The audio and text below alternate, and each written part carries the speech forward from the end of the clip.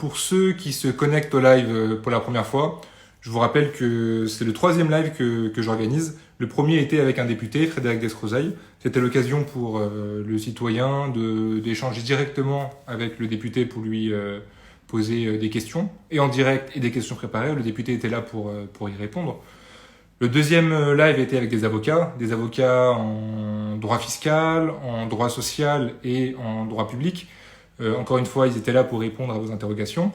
Et ce soir, ça va être avec Mathieu Deglas, donc qui est un champion d'éloquence et qui a créé Orateur Studio et qui est là pour vous donner des conseils et parler de son expérience en tant que champion d'éloquence et coach. Donc, dans les commentaires, vous verrez qu'il a mis la page Orateur Studio. Donc, si vous avez après des questions ou si vous voulez le contacter pour des projets personnels, vous pouvez le faire directement via Instagram. Donc, le but de ces lives, c'est vraiment de passer le confinement de façon utile. Donc, ça va faire presque 8 semaines qu'on est chez nous. Ça se voit à mes cheveux, hein. Ça commence à être n'importe quoi. Et je vais de suite inviter Mathieu pour commencer notre duo.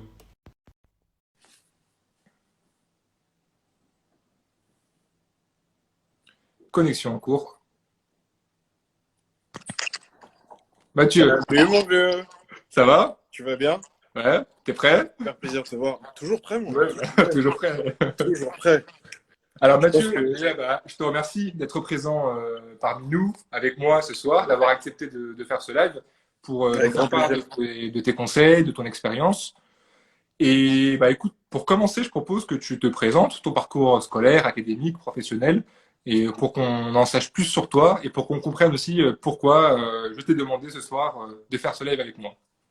Merci infiniment, mon vieux. Premièrement, je tiens à te remercier. Je tiens à te remercier infiniment parce que tu fais partie de ces gens qui ont un engagement tant professionnel que dans la vie quotidienne. Et durant cette période particulière de confinement, continuer à t'engager, à proposer des solutions aux gens, à tenir du lien. Je pense que c'est l'avenir vraiment de la société dans laquelle on vit. Et aujourd'hui, il ne faut plus attendre tout soit de ses parents, soit de l'État ou autre chose, et agir, passer de la réflexion à l'action, et c'est ce que tu fais, donc merci. Me présenter très rapidement, je m'appelle Mathieu Deglas, j'ai 27 ans. Je suis né à Paris, je suis originaire de Guadeloupe. Je suis passionné d'art oratoire, fondateur d'Orateur Studio depuis maintenant 2 ans, et collaborateur parlementaire à la commission de la défense. Donc c'est là où on s'est rencontrés, toi aussi et ton collaborateur. Et comme tout le monde, confiné depuis de longues semaines, de longs jours et de longues heures chez moi. Donc là, on est en direct du 7e arrondissement de Paris. Super. Et ce que Mathieu ne dit pas, c'est qu'il m'a conseillé aussi.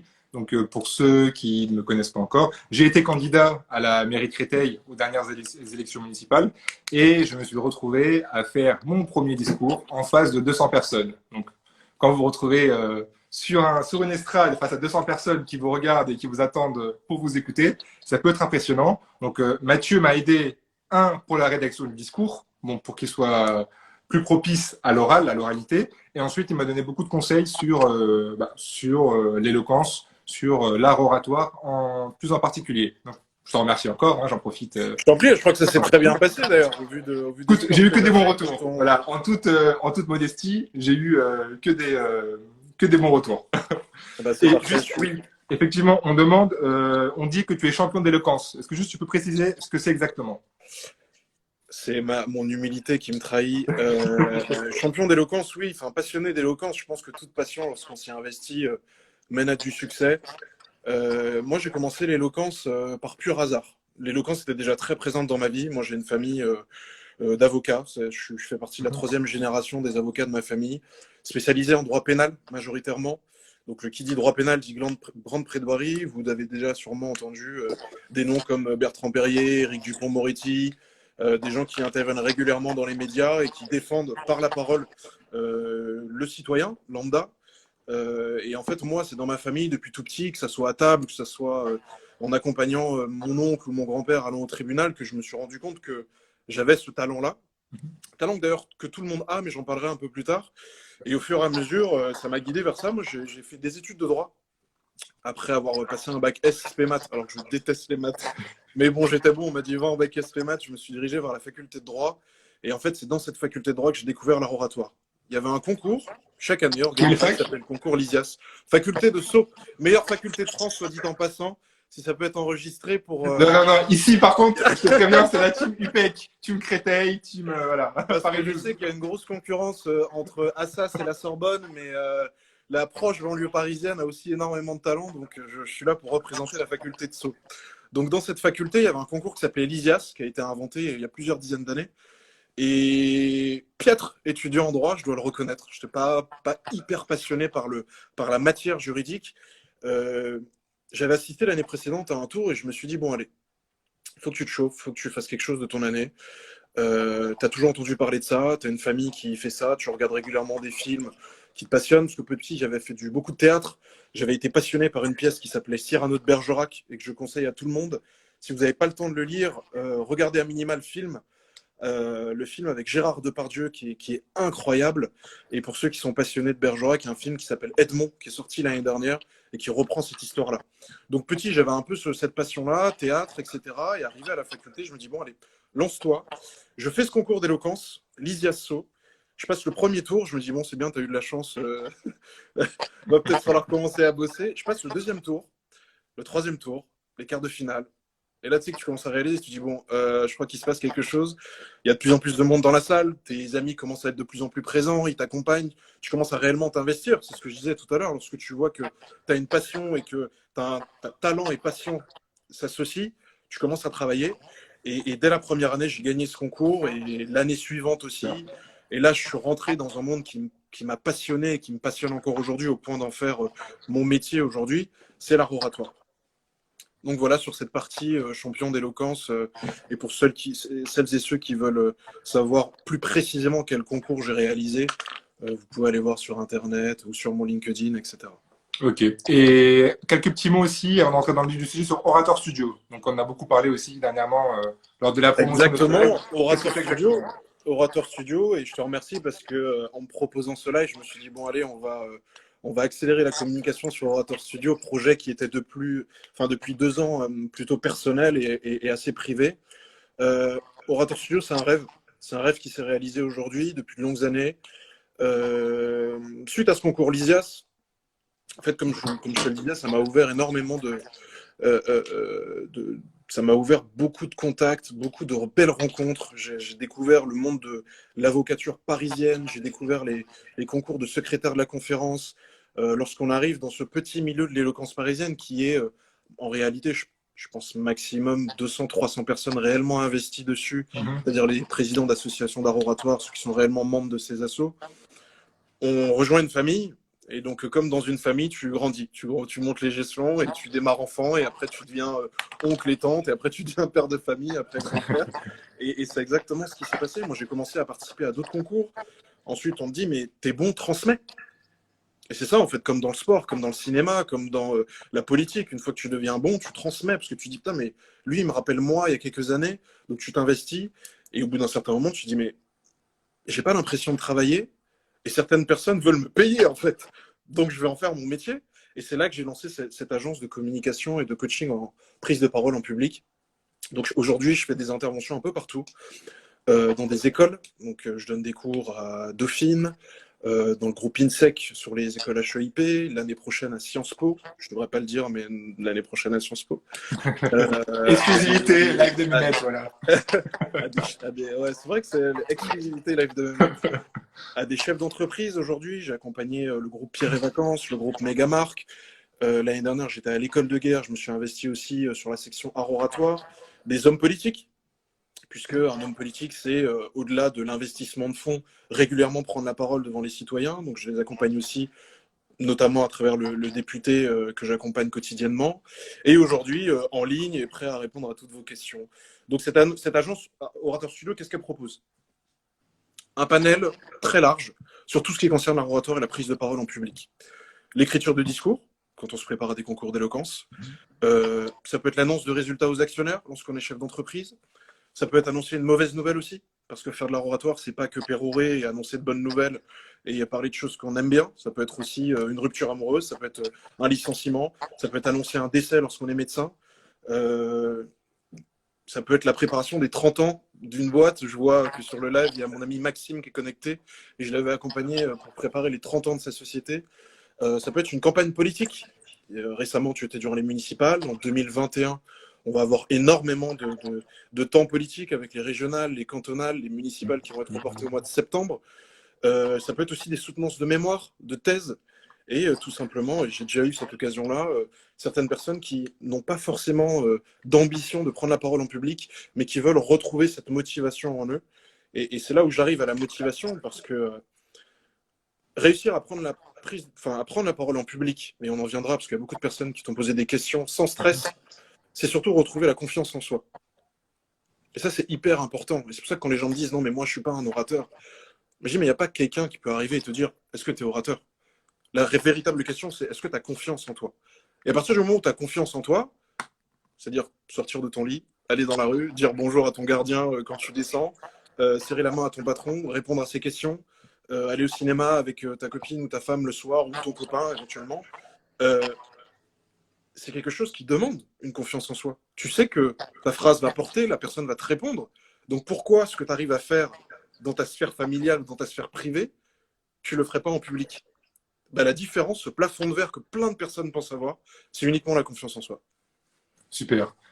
Donc, on va rentrer dans le vif du sujet. Avant, juste il y a quelques questions et quelques remarques. Donc, on demandait s'il y avait des vidéos de mon intervention sur YouTube. Donc, il me semble que il y en a. Si vous tapez mon nom sur YouTube, il y a 2 vidéos justement du concours Lysias qui commencent à dater un peu, mais qui me font toujours énormément rire quand je les regarde. Et vous y verrez, c'est pas pour rien que j'ai dit que j'étais guadeloupéen d'origine. Vous verrez dans ces vidéos que j'ai fait des petites références parce que lorsqu'on a un discours qui se veut être impactant, l'humour est aussi l'humour, parler de ses origines, parler de ses soucis familiaux, de ses tracas quotidiens est une manière d'interpeller le public et de conserver son attention. Après, il y a Judith qui propose que tu interviennes aussi à Nanterre. Voilà. Avec grand plaisir, Judith. Avec grand plaisir. Tu pourras le recontacter après. Avec donc, il y a plein de commentaires qui disent que tu es trop beau aussi. Hein, c'est très gentil. Je vous remercie. Vous êtes magnifique aussi. Je te le passe. Donc, je reprendrai les questions après. Là, il y a quelques questions. Mais donc, y aurait-il un live pour améliorer sa confiance en soi? Est-ce que tu vas en parler? Tu m'as mis le pied à l'étrier parce que je pense que les lives de Mehmet sont la naissance des lives d'Orator Studio. Et donc aujourd'hui, maintenant que je me rends compte, j'ai énormément de demandes sur la page Instagram. D'ailleurs, petit moment de publicité, j'en profite pour vous dire, allez suivre cette page. Je reçois énormément de demandes de personnes qui me demandent, durant cette période de confinement, on est beaucoup plus devant ces écrans à intervenir. Et je suis tout à fait motivé à faire ces lives parce que, honnêtement, il faut que vous vous rendiez compte de l'importance aujourd'hui de l'art oratoire dans la société. C'est incontournable. Aujourd'hui, vous n'aviez pas l'occasion de prendre la parole. Sauf dans la sphère familiale. Mais en général, c'était les grands hommes, les parlementaires de la Troisième République, les grands avocats, les sportifs lorsqu'on les interviewait sur leur motivation après une compétition, les acteurs. Aujourd'hui, tout le monde peut prendre la parole. On fait un live et tu peux avoir 100, 200, 300, 400, plusieurs milliers de personnes qui te regardent. C'est le moment pour faire passer ce message de l'importance de l'art oratoire. On a une omniprésence de la parole. Télévision, réseaux sociaux, cercle familial. Tout le monde prend la parole en général au quotidien, dans sa famille, dans le cadre de ses études, lorsqu'on fait une présentation au tableau, dans le cadre de son travail, lorsqu'on fait une présentation PowerPoint pour présenter un projet, dans le cadre de son ambition personnelle, lorsqu'on est entrepreneur. Tous ceux qui sont entrepreneurs et qui doivent faire des pitchs, mot qui est apparu dans le territoire, dans le paysage oratoire depuis certaines années, le pitch, c'est convaincre. Tu as un projet, tu vas voir ton banquier, c'est ce monsieur qui va savoir, c'est ce qui va cliquer sur ce bouton pour débloquer la somme. Si ton message n'est pas impactant, si tu n'arrives pas à transmettre quelque chose, si lui, dans son cerveau, bien que banquier très sérieux, il se dit « Waouh, ces mecs-là, ils sont en train de monter un projet pour louer leur maison à tous les voyageurs du monde entier. Ouais, j'y crois. » Bah, plusieurs années après, c'est Airbnb, plusieurs milliards de dollars en bourse. Mais avant, il y a bien eu 3 mecs qui se sont présentés humblement devant un banquier et qui ont fait mouche. Et c'est ça, en fait, que je veux transmettre aujourd'hui. Et pour moi, c'est impossible, lorsqu'on a des ambitions, et tout le monde devra en avoir, d'être mis sur le banc de touche parce que, à mon sens, l'homme, il doit aller au bout de ses objectifs pour réussir. Alors attention, je suis très... je vais faire un petit zoom sur la notion de réussir. Pour moi, réussir, c'est pas avoir énormément d'argent ou être acteur ou être président de la République ou autre. Il y a énormément de personnes qui réussissent en se disant moi, je veux ma baraque en campagne, mon jardin, faire pousser mes fruits. Ça, c'est une notion de réussir. Mais quoi qu'il, tu vas utiliser l'art oratoire. Tu vas devoir t'adresser à tes enfants pour leur dire là, mettez pas vos doigts dans la prise, qu'ils comprennent ce message sans énervement. Tu vas devoir, lorsque tu partages ta vie avec quelqu'un, monter un projet. Où est-ce qu'on va en vacances? Si tu lui dis non, non, mais on va au Maroc, point barre, niveau art oratoire, c'est zéro et tu peux être sûr que tes vacances, elles vont être pourries. Donc, ce sont des outils qui te servent dans la vie de tous les jours et que je suis du coup tout à fait prêt à transmettre à travers des lives. Ok, bon écoutez, c'est parti. Il est 22h17, donc Let's go. y compris ceux qui font le ramadan ont fini de manger. Donc tout le monde est là. J'ai épinglé la page Orateur Studio en commentaire, comme ça c'est plus facile à la retrouver pour les personnes qui voudront la follow. Ce que je vous propose à tous et à toi Mathieu, c'est que tu commences d'abord à présenter un peu ton expérience et tes conseils. Ensuite, on a eu pas mal de questions en amont. On va d'abord répondre à ces questions et en même temps, si les questions en direct, on va essayer d'y répondre aussi. Parfait, super. Moi, j'avais commencé à parler de l'importance de l'art oratoire. Je pense que c'est clair aujourd'hui, au vu de la société dans laquelle on vit. Personne ne peut nier ça. Chaque année, maintenant, il y a le concours sur France 2 du meilleur orateur de France. Donc, c'est bien la preuve que dans la vie du quotidien, pour ce qu'on appelle la ménagère dans le langage publicitaire, tout le monde est intéressé par cette problématique. Ça passe à l'heure de grande écoute. Maître Bertrand Perrier, que j'ai eu la chance d'avoir comme professeur quand j'étais plus jeune, il est dans des films aujourd'hui. Il a été dans plein d'émissions. Il est hyper disponible. Il fait des lives aussi en ce moment. Donc pourquoi pas un jour le recevoir en live. Ça, là-dessus, il n'y a plus de doute. L'art oratoire, on doit le maîtriser. Ça arrive dans des masters. Le master à Dauphine dans lequel j'interviens, depuis 2 ans, il s'appelle Droit du plaidoyer et affaires publiques. Droit du plaidoyer. C'est quelque chose qui était impensable il y a quelques années. Mais aujourd'hui, ce directeur de master, il a pris conscience que lorsqu'on fait des affaires publiques, lorsqu'on fait du lobbying, lorsqu'on doit vendre quelque chose, on doit savoir parler. Donc, il a mis en place ce module-là. Donc, comment devenir un bon orateur? C'est un peu le titre de ce live d'aujourd'hui. Ça part d'une envie. Ça part de l'envie de sortir de sa zone de confort et reprendre ce qui nous appartient. Et cette phrase-là, ce qui nous appartient, c'est quelque chose qui est possédé par tout le monde. C'est juste la maîtrise de son corps. C'est maîtriser sa voix, maîtriser son regard. Si je te fixe dans les yeux pendant plusieurs secondes, il va se passer quelque chose. Et tout le monde le sait très bien, parce que lorsqu'on est amoureux de quelqu'un et qu'on se met à le fixer, on sent qu'il se passe quelque chose. On a des émotions, on a une réaction physiologique. Donc, contrôler ça, c'est aussi utiliser cet outil pour devenir meilleur en art oratoire. C'est maîtriser sa gestuelle. Si là, je te pointe du doigt ou je me mets menaçant avec un couteau, sans même parler, tu vas dire, ah ouais, c'est pas quelqu'un d'amical qui est en face de moi. Juste avec la gestuelle, j'ai pas encore prononcé un seul mot. Donc la maîtrise de la gestuelle, c'est quelque chose qui est hyper important. Et on le fait naturellement. Parce que lorsqu'on dit à quelqu'un qui est loin, est-ce que tu peux m'écouter? On va faire ce geste-là. Donc si je te dis écoute-moi et qu'en plus je fais ce geste-là, dans ton cerveau, il va y avoir tous les éléments réunis pour que tu m'écoutes. Et dans les questions qui vont être posées tout à l'heure, il y avait une question qui était comment conserver l'attention de son auditoire?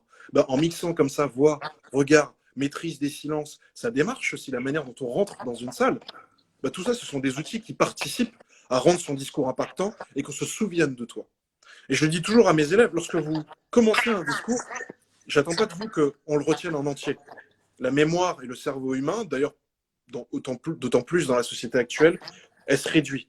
Et c'est pour ça que sur Combini, sur Brut, on est sur des formats hyper courts. C'est pour ça que sur Instagram, il lance automatiquement que 30 secondes de vidéo. Facebook a commencé à le faire ces derniers temps parce qu'on a tellement d'informations qui rentrent dans notre vie que retenir quelque chose, c'est devenu plus compliqué. Donc, être bon orateur, c'est devenu encore plus compliqué, mais plus simple en même temps. Pourquoi?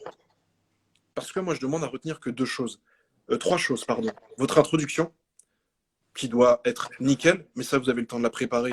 Et c'est ce qu'on a envoyé ces 2 derniers jours sur la page d'Orateur Studio, la préparation du discours. Ne pensez pas que Maître Bertrand Perrier, Maître Éric Dupond-Moretti ou Vergès, lorsqu'ils commençaient une plaidoirie, ils n'avaient rien écrit, c'était de la pure impro. Leur plan, il est de leur tête. Peut-être qu'ils n'ont pas de feuilles. Ils n'ont pas ces béquilles, comme disent certains, pour s'aider, mais ils ont parfois des petites notes ou des petites notes mentales. Et c'est le plan de votre discours. Donc, tout ça, ça vient d'un entraînement qui est régulier. Parce que tout de suite, lorsqu'on te dit, OK, ouais, certes, j'ai l'envie, je suis chaud à retrouver la maîtrise de ma voix, j'ai une démarche que je peux maîtriser, mais comment? Il y a toujours C'est cette parce que question du comment. pour ceux qui viennent d'arriver, si je résume bien, si j'ai bien compris, c'est maîtrise de la voix, maîtrise du corps, maîtrise de la gestuelle et surtout se préparer en amont, préparer l'introduction et Exactement. préparer ce qu'on va dire. Même s'il n'y a pas de notes, dans la tête, on a le plan, on sait comment on va dérouler ce qu'on va dire. Exactement. Et on le sait tous parce que lorsque votre patron, quand on est étudiant, on prend des notes et on dit fais-moi juste des bullet points et qu'on n'écrit pas la phrase entière, c'est un début de plan. Lorsqu'on prépare des partiels, toi qui étais à la fac, moi aussi, on a toujours ce moment où on prépare son plan. Donc certains font des tableaux, d'autres écrivent des mots dans des cercles, certains font des trucs, mais dans notre cerveau, c'est exactement pareil. Donc on a besoin de cette préparation en avant. Donc ça fait partie du comment. Et le comment aussi, pour maîtriser ce que tu as cité avant, c'est-à-dire la voix, le regard, la gestuelle, il faut observer. Et c'est en observant qu'on apprend. Un des plus grands sportifs en football, Cristiano Ronaldo, lorsqu'on regarde ses émissions, il dit mais moi j'observais beaucoup quand j'étais petit, je m'inspirais, j'étais fan de certains joueurs. Et lorsque avec Orateur Studio, je dis devenez l'orateur de vos rêves. En réalité, c'est pas devenez la copie exacte de Barack Obama ou de Martin Luther King, ce serait nul. Vous avez chacun vos spécificités, chacun vos richesses, chacun vos ressources. Il faut juste les déterrer. Mais avant ça, pour trouver la motivation et se dire « Ok, ça me convient », il faut que vous observiez, il faut que vous écoutiez, il faut que vous imitiez. Et ensuite, vous allez enfiler votre propre costume. Et c'est tout bête, mais un des plus grands super-héros qui existent, Batman, c'est de l'observation. Spider-Man, c'est de l'observation, c'est de la répétition. Batman, il tombe dans un trou, il voit plein de chauves-souris, ça le choque tellement, donc ça le choque tellement dans son observation sensorielle, qu'il se dit, bah putain, je vais devenir ce personnage-là. Je vais me fondre dans la masse, je vais enfiler mon costume et je vais devenir Batman. C'est pareil. Lorsque moi, j'arrive sur scène, je rentre dans un costume.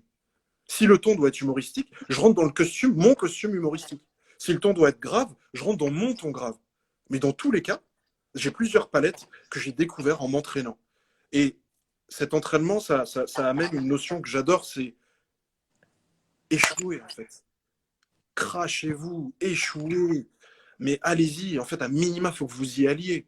Il y a un écrivain, il y a un livre d'un entrepreneur qui s'appelle Peter Thiel, qui s'appelle De 0 à 1. Lorsqu'on entame un projet, c'est bien d'y réfléchir, etc. Mais il y a un moment, il faut passer à l'action. Et l'action, c'est 0 à 1. C'est comme toi, tu m'as proposé un live. Mon Instagram était normal. 0 à 1, j'ai accepté. Mais derrière, en fait, il faut assumer. Donc, il faut développer, il faut faire la pub, il faut se préparer. Lorsqu'on s'inscrit au marathon, personne n'a envie de finir dernier. Mais une fois qu'on est inscrit et qu'on a payé, bah, on se dit, OK, je vais m'entraîner. Et c'est exactement pareil avec l'art oratoire. Donc, il y a plein d'outils. Et du coup, justement, pour être plus concret, quand tu parles de... On va commencer par ce que tu nous as dit au début. Tu nous as dit maîtriser sa gestuelle, maîtriser sa voix, maîtriser son corps. Alors, qu'est-ce que tu peux nous en dire? Comment le faire? Comment bien le faire? Comment avoir cette maîtrise, hein, tout simplement. Alors, cette maîtrise du corps, elle passe par se connaître. Elle passe par se connaître et par imiter. Et lorsqu'on est petit, cette maîtrise du corps, elle passe lorsqu'on fait les spectacles de théâtre de fin d'année. Et étonnamment, lorsqu'on est petit, on n'a pas cette honte. Ou du moins très rarement. On bouge dans tous les sens. On crie tout le temps à la récré. Ceux qui habitent à côté d'écoles maternelles ou primaires, la récréation, c'est pas comme à la fac où c'est calme, chacun est dans son coin, discute. Ça crie tout le temps. Et il faut retrouver ça dans l'enfance. Lorsque, ça va être dans les questions juste après, un de tes auditeurs a dit « Comment on fait pour maîtriser sa voix et parler fort tout le temps ?» Mais votre voix, c'est un muscle. Si vous parlez tout le temps tout bas, le jour où vous allez crier, ça va être horrible et vous allez perdre votre voix.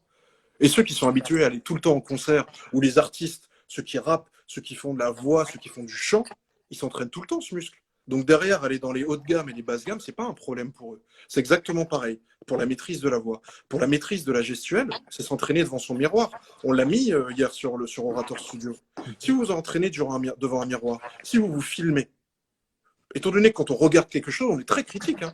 C'est comme quand on regarde un match de foot, on dit « Ah ouais, lui, il est nul, regarde comment il a fait son débordement. Moi, la passe, je l'aurais fait là. » Ou quand on regarde un rugby, on dit « Ah ouais, lui, c'est pas plaqué. » C'est pareil, c'est en observant qu'on va se dire « Ah ouais, moi, je suis comme ça. » Mais s'il n'y a personne pour vous juger, il ne faut pas avoir peur du jugement, vous n'allez pas y arriver. Donc, entraînez-vous devant votre famille. Entraînez-vous devant vos potes.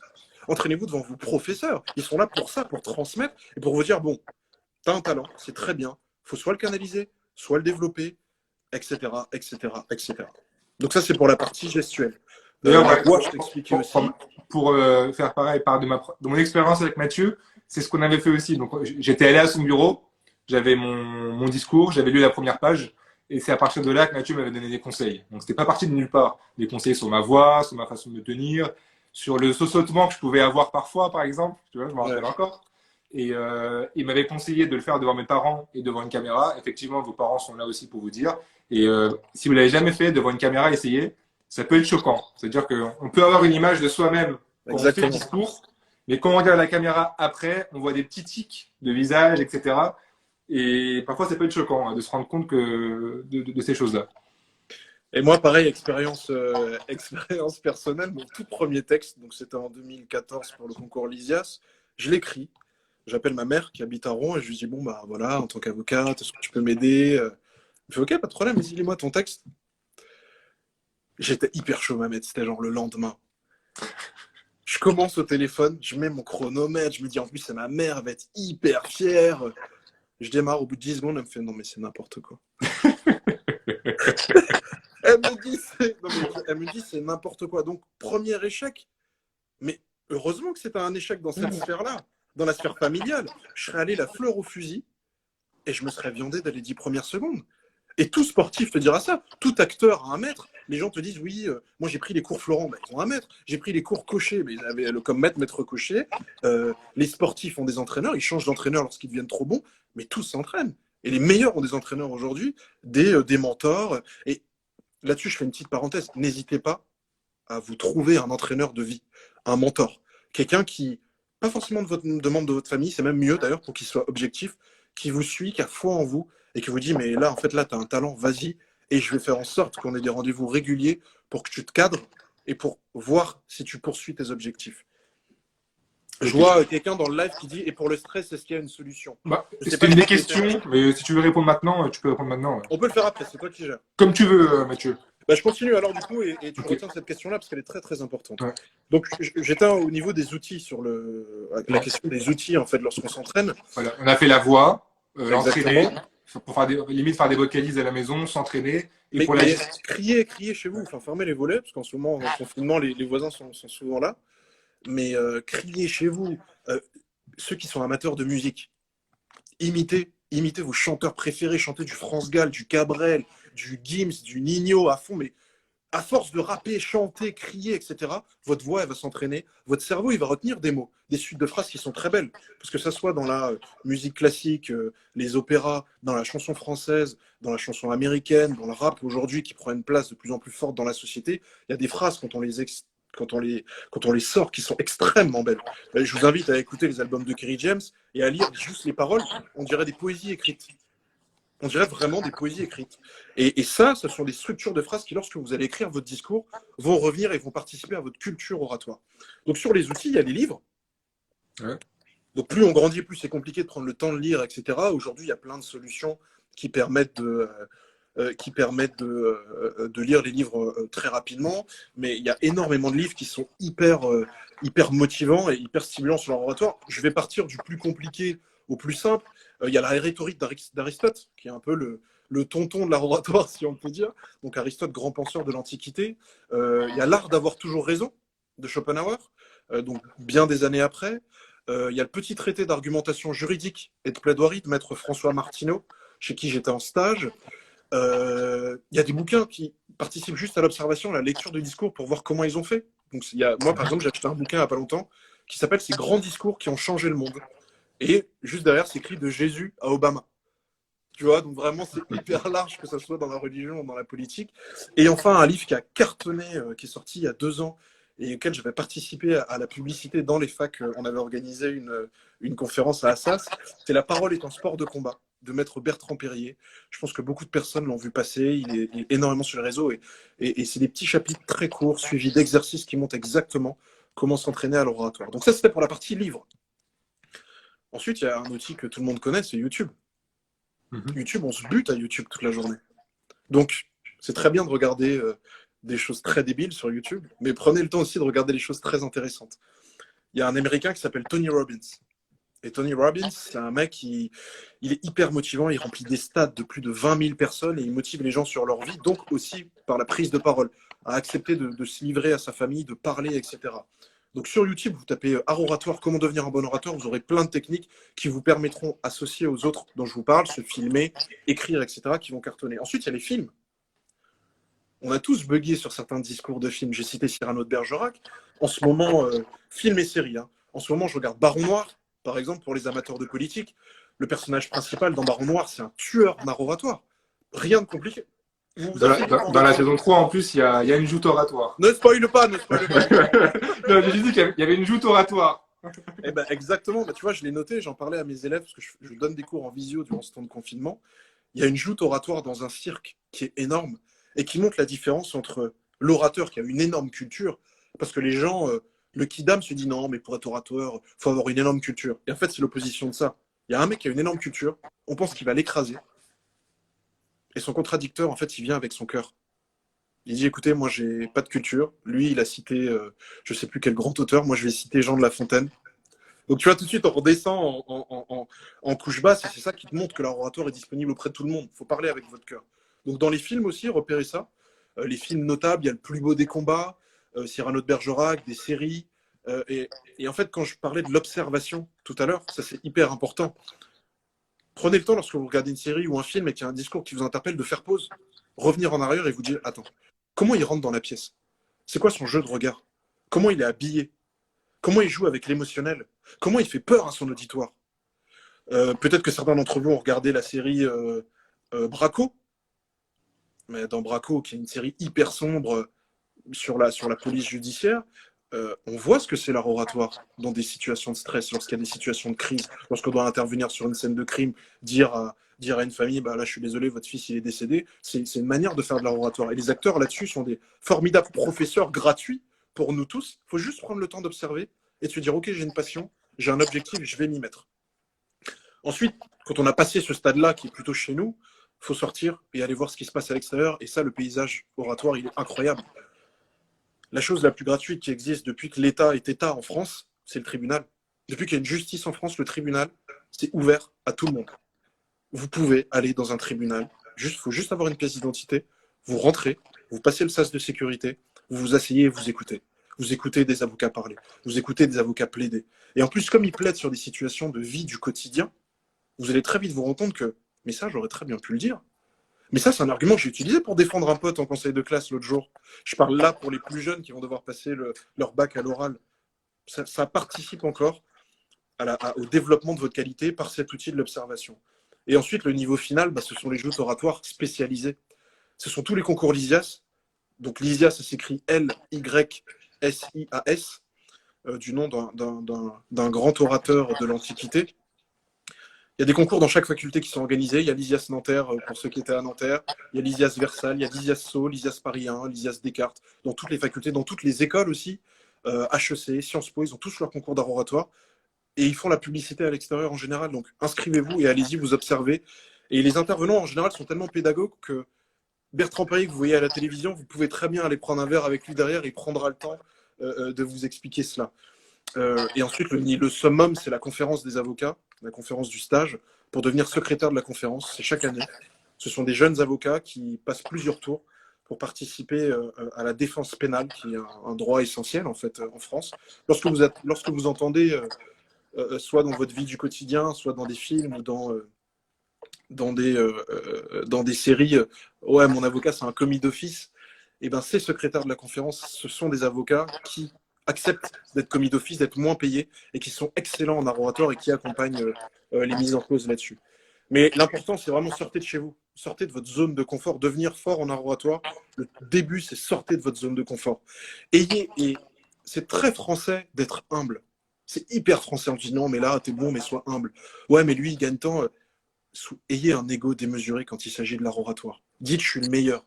C'est ce qui va faire que lorsque vous arrivez devant une salle de 200, 300, 1000 personnes, d'ailleurs, plus la salle est grande, moins on voit le public avec les jeux de lumière, donc plus c'est facile, qui va faire que vous allez exploser et révéler tout votre talent, que vous fassiez 1m60 ou 2m10, c'est exactement la même chose. Être bon en art oratoire, ça ne veut pas dire être grand, beau, savoir tout le temps crier, etc. Parce que la maîtrise des silences, si je te parle comme ça, ben, je pense que tu vas arriver à tes objectifs. Alors, je pourrais dire la même phrase en parlant hyper vite, mais elle ne sera pas hyper impactante. Donc, tout ça, voilà, ça fait partie des outils qui aident. Ok, merci Mathieu pour cette présentation générale. Et l'intérêt de ce live, c'est les questions, bien sûr. Donc on a eu quoi, une dizaine de questions en amont, donc très concrètes en plus. Là, parce que je vois des questions apparaître aussi, mais la plupart de ces questions, elles ont été déjà posées, très concrètes que je vais te demander. Et ensuite, on pourra passer, si on a du temps encore, aux questions Avec grand plaisir. En live. Du coup, il y a une question très intéressante, c'est est-ce qu'on est bon orateur ou est-ce qu'on le devient? Alors, avant, Mehmet, parce que tu m'as transféré une question, et oui. Je pense qu'elle est hyper importante. D'accord. Quel était ton professeur préféré à l'école et pourquoi? Et je tiens absolument à le dire. Pourquoi? Parce que beaucoup de personnes qui réussissent te disent, mais c'est l'autre jour, j'entendais Malik Bentala, qui est un excellent orateur aussi, puisque grand comédien, dire, mais en fait, moi, j'étais chahuteur à l'école, personne ne croyait en moi, jusqu'au jour où j'ai rencontré Madame Intel, qui m'a dit, mais c'était sa prof d'espagnol, mais Malik, t'es hyper bon, t'es hyper drôle, faut que tu te canalises, mais parce que t'as un talent et tu peux l'utiliser. Bah, moi, c'est exactement ce qui s'est passé. Petit, j'ai déménagé à Tahiti, j'ai habité 2 ans là-bas, et je suis tombé sur un professeur qui s'appelle Jacques Nars, qui est un monsieur incroyable et à qui je dois tout encore aujourd'hui, et je suis en lien encore avec ses enfants qui étaient dans ma classe à l'époque, qui avait coupé une partie du programme obligatoire pour nous donner des cours de théâtre. Et c'est ça, en fait, qui m'a fait découvrir l'art oratoire. Donc, quel était mon professeur préféré? C'était Jacques Nars. À Tahiti. Et on a découvert, à Tahiti, on a découvert le site de Corneille comme pièce de théâtre. On a joué Cyrano de Bergerac. C'est par ce biais-là que c'est devenu ma pièce préférée. Il nous faisait des exercices de méditation pour nous canaliser et donc, du coup, gérer le stress.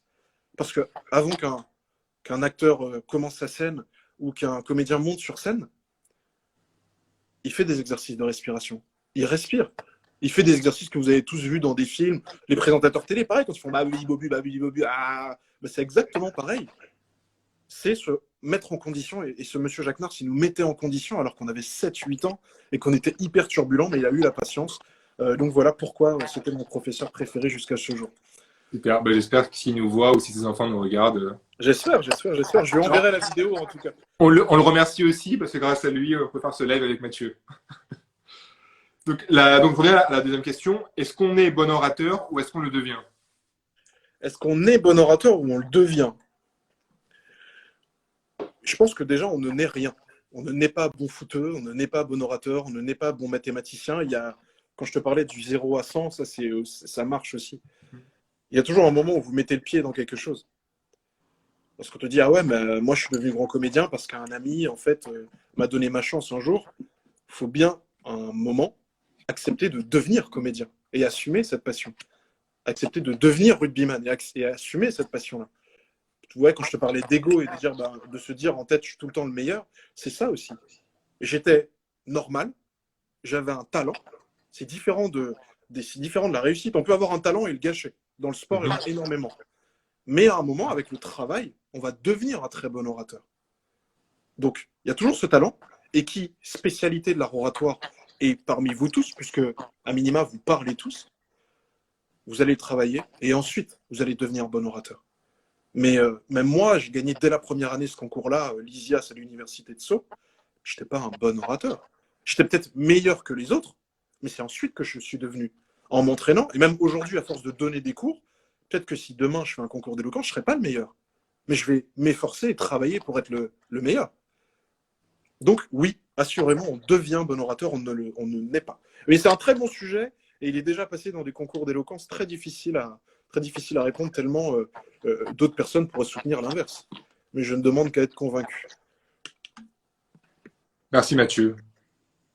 On a eu ensuite beaucoup de questions sur le stress. D'ailleurs, en live aussi. Juste une phrase, je vois Manu Vision, qui est mon cousin de Montréal et à qui je remercie d'être présent, qui dit « Le travailleur dépasse le talentueux quand le talentueux est fainéant ».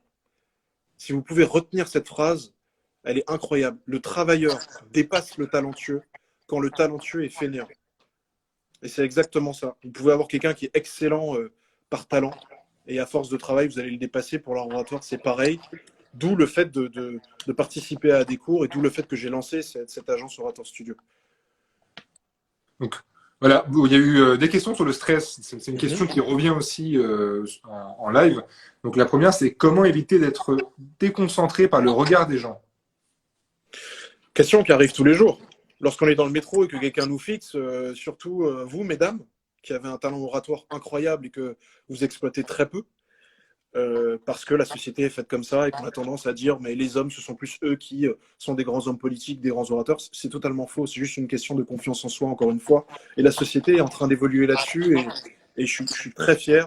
Il y a beaucoup d'initiatives pour les femmes qui les mettent en avant. Je pense à Girl Job, qui est une start-up qui s'est lancée et qui propose des formations comme ça, des lives. Euh, je vais vous donner une technique personnelle. Moi, le regard des gens, je le mange. Je m'en nourris. Je déteste que quelqu'un ne me regarde pas dans les yeux. C'est la fin de toute connexion humaine, en fait, ne pas regarder quelqu'un dans les yeux. T'es pas obligé de maintenir le regard tout le temps, mais quand quelqu'un me regarde dans les yeux, ça veut dire qu'il m'écoute. Donc ça doit renforcer votre confiance, ça ne doit pas vous stresser. Lorsqu'il te regarde dans les yeux, ça veut dire qu'il a un sentiment envers toi. Soit tu lui fais peur, soit tu l'impressionnes, soit tu lui transmets quelque chose. Mais le regard des gens, c'est la plus grande marque de respect que quelqu'un peut te donner. Donc, faut pas être déconcentré par ce regard. Faut regarder fixement et C'est qu'il y a un lorsque quelqu'un intérêt au parle, final. Si la personne te regarde, au contraire, c'est qu'il y a un mais intérêt. bien sûr. Et il faut encore plus se donner alors. Attends, mais mec, t'as déjà connu quelqu'un qui dit bah cette fille-là, elle me regardait pas, j'ai fini par sortir avec elle. C'est jamais arrivé. Il y a bien un moment où vos regards se croisent et tu dis bon là, il y a connexion, il y a un intérêt mutuel. Ou alors tu es vraiment un charreau forceur. Je rentre pas dans cette catégorie-là. Mais voilà pour synthétiser, comment éviter d'être déconcentré par le regard des gens. Vous devez vous en nourrir. C'est comme certaines personnes qui disent mais moi je me nourris des haters. Plus tu as des gens qui te clashent, plus ça veut dire que tu es observé. Donc c'est pareil, faut aller vers ça. Okay. Au contraire, il faut se nourrir du regard, ok, et aller sur le Il regard. faut que ça soit votre motivation, les gens qui vous regardent, au quotidien. Ensuite, il y a une question aussi qui est revenue quelques fois. Comment prendre la parole quand on est d'un naturel timide ou réservé? Alors cette question, je vais la diviser en deux. Premièrement, de manière brute, comment prendre la parole lorsqu'on est timide ou réservé? Il y a une différence entre être timide et être réservé. Être timide, c'est avoir peur d'aller vers les gens. Être réservé, c'est ne pas être expansif. C'est totalement différent. Des grands orateurs peuvent être hyper réservés. Jacques Vergès était quelqu'un d'hyper réservé, parfois même d'antipathique, mais un grand orateur. En revanche, il n'était pas timide. Et comment prendre la parole lorsqu'on est du coup timide? C'est faire disparaître cette timidité. Et faire disparaître la timidité, c'est ce que je disais au début du live, c'est sortir de sa zone de confort. C'est commencer par parler à un groupe de 3 amis en disant écoutez, j'ai écrit un texte, j'aimerais bien vous le réciter. C'est ensuite passer à un groupe de 20 personnes à l'échelle de votre faculté, ainsi de suite, ainsi de suite, ainsi de suite. Et au final, c'est l'histoire de la vie, passer les échelons. Au début, quand on attend un enfant, on se dit mais comment je vais faire? Mais je suis pas prêt à être parent. Mais après, on apprend en pratiquant. Déjà, on a 9 mois pour se préparer, si tout se passe bien. Et après, on pratique, on apprend, on transmet. Et après, lorsque vous avez 60 ans et eu 2, 3, 4, 5 enfants, plus personne ne remet en question votre capacité à être un parent. La timidité, c'est exactement pareil. Il faut que vous pratiquiez, il faut que vous sortez de votre zone de confort. En revanche, cette timidité, elle peut devenir un atout lorsqu'elle se transforme en réserve.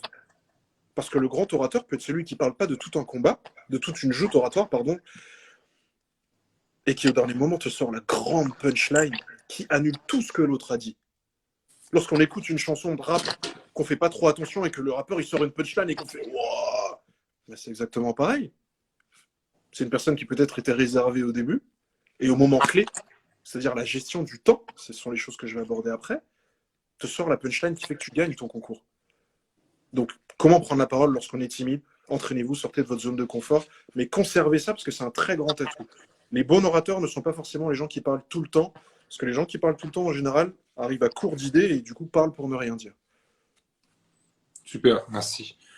On arrive ensuite sur le plan du discours. Donc, tu as parlé de... Ah oui, et je lis une Imen en commentaire qui dit « Je pense qu'il faut aussi dédramatiser ces choses qui nous font peur. C'est hyper important. Ça revient encore au 0 à 1. Dédramatiser le fait de parler en public. Une fois vous le faites, vous allez dire « Mais en fait, c'était ça. » C'était ça, demander à ce garçon d'aller au cinéma, alors qu'en général, on peut attendre 10 ans en disant non, mais non, c'est le garçon qui doit faire le geste en premier. Si tu as envie de faire quelque chose, fais-le. Et que ça rentre dans des cases de respect de l'autre, fais-le. Et pas peur. Si tu te craches, tu vas modifier. Si tu te recraches, tu vas remodifier. Mais au bout d'un certain moment, tu vas y arriver. Personne dans la fin de ta vie te dira bah, j'ai essayé toute ma vie, j'ai pas réussi, c'est impossible. Donc sur la préparation du discours, tu nous as dit que le discours, il fallait toujours le préparer, avoir un plan en tête, quelque chose comme ça, faire très attention à l'introduction. Et du coup, sur ça, il y avait une question qui a été revenue. Comment scinder ces idées et les rendre plus pertinentes? Et ben ça, c'est l'ordre du discours. Ça, c'est l'ordre du discours. Et l'ordre du discours, c'est un ordre qui est préétabli depuis de très longues années dans la rhétorique. C'est-à-dire, la rhétorique, c'est un peu la matière scientifique de l'art oratoire, si on peut dire. C'est très moche ce que je viens de dire, mais voilà, l'art de la rhétorique, c'est ça. C'est l'art d'avoir un discours impactant. Et c'est les formations. Dans les formations que je propose sur Orateur Studio, il y a un cours sur l'art du discours, l'art de la rhétorique. Et l'ordre du discours, il y a plusieurs parties qui sont bien définies et qui permettent d'utiliser énormément de techniques, etc. Mais la réponse est un peu dans la question que cette personne pose. Scinder ses idées et les rendre plus pertinentes. Ben, en fait, la réponse, elle est là.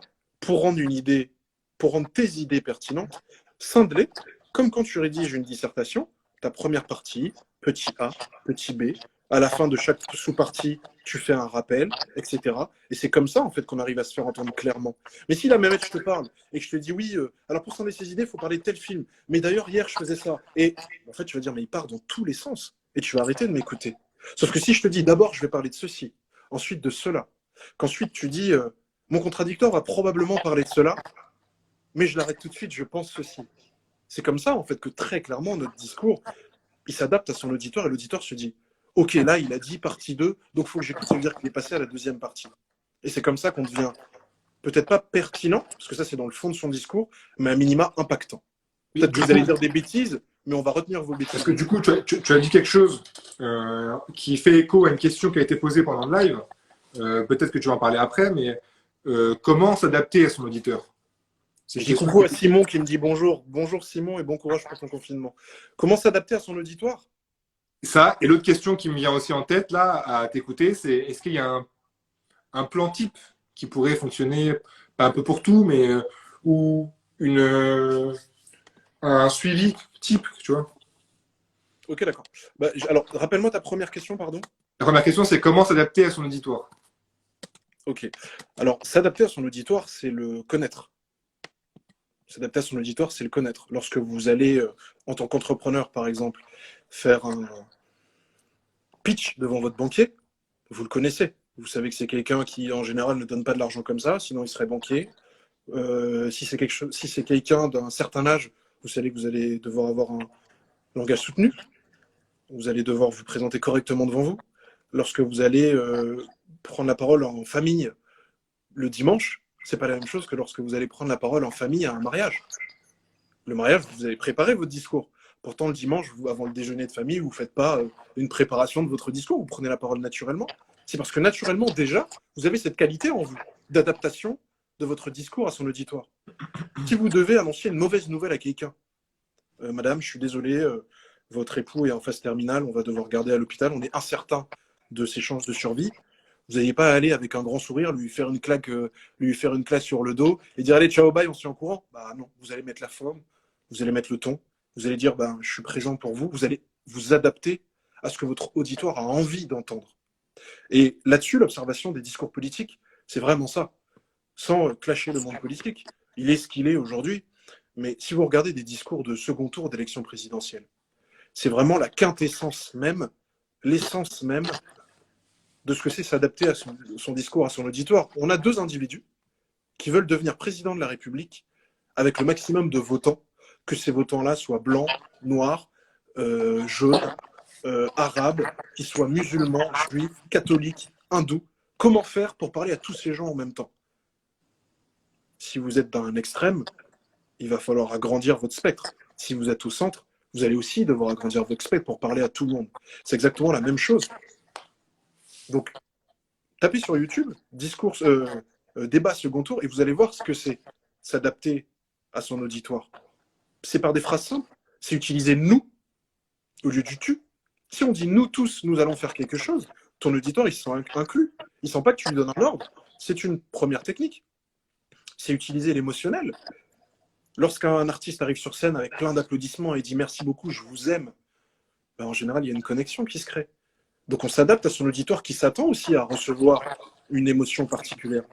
Donc voilà, c'est vraiment ça. L'adaptation de son discours à son auditoire, c'est faire beaucoup d'observations.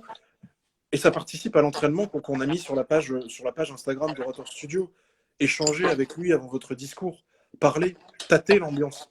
Moi, par exemple, j'ai l'habitude d'écrire toujours mes discours la veille. Parce que peut-être que votre auditoire, il va recevoir une mauvaise nouvelle juste avant. Imaginez les chefs d'entreprise qui ont fait des discours à leurs actionnaires ou à leurs employés le lendemain des attentats du Bataclan. Peut-être que c'était un discours hyper joyeux. Ben, ils ont dû l'adapter. Tu vois ce que je veux dire ? Et ça participe, encore une fois, à être à l'écoute de la société. Il faut savoir face à qui on va être, l'ambiance dans laquelle on va être, le ton, et du coup le ton qu'on va devoir employer pour pouvoir s'adapter.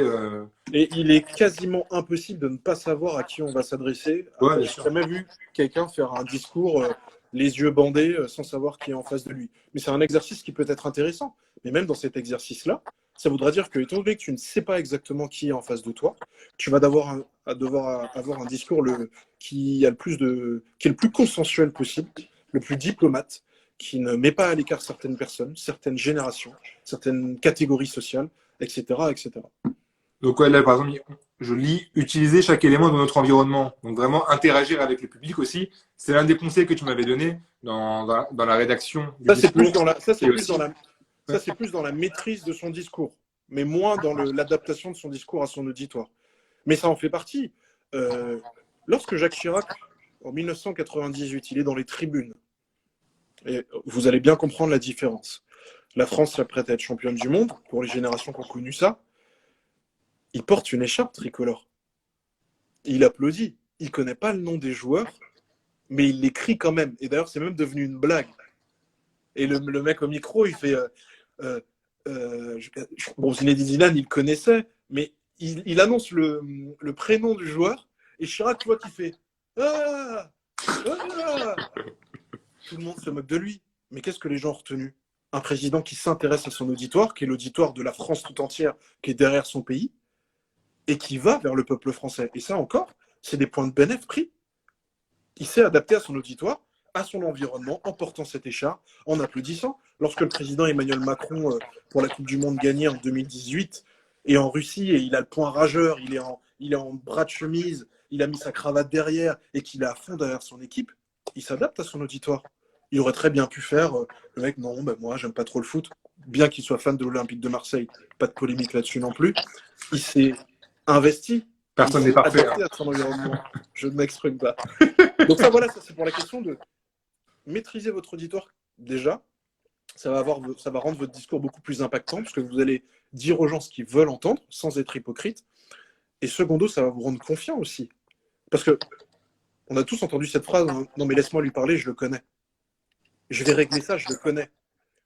Ah non mais lui c'est bon, t'inquiète, ça va marcher, on a grandi ensemble. C'est bien qu'il y a cette notion de connaissance de son auditoire pour être à l'aise, pour sentir qu'on n'a pas de mal en fait à s'adresser et à ce que notre discours soit impactant. Tu avais sur la construction du discours d'éloquence ensuite. C'était la question que tu m'as posée. S'il y a un ordre préétabli, je crois que le temps passe très vite et je pense qu'un stack coupe au bout d'une heure. Ouais, donc tu peux préciser, dans 5 minutes ça risque de couper, mais on va se reconnecter juste après, donc voilà, on se retrouve dessus. Dans la construction du discours d'éloquence, alors il y a une construction classique du discours d'éloquence, c'est-à-dire qu'il y a un consensus historique qui s'est mis autour de cette matière-là, qui scinde le discours en plusieurs parties.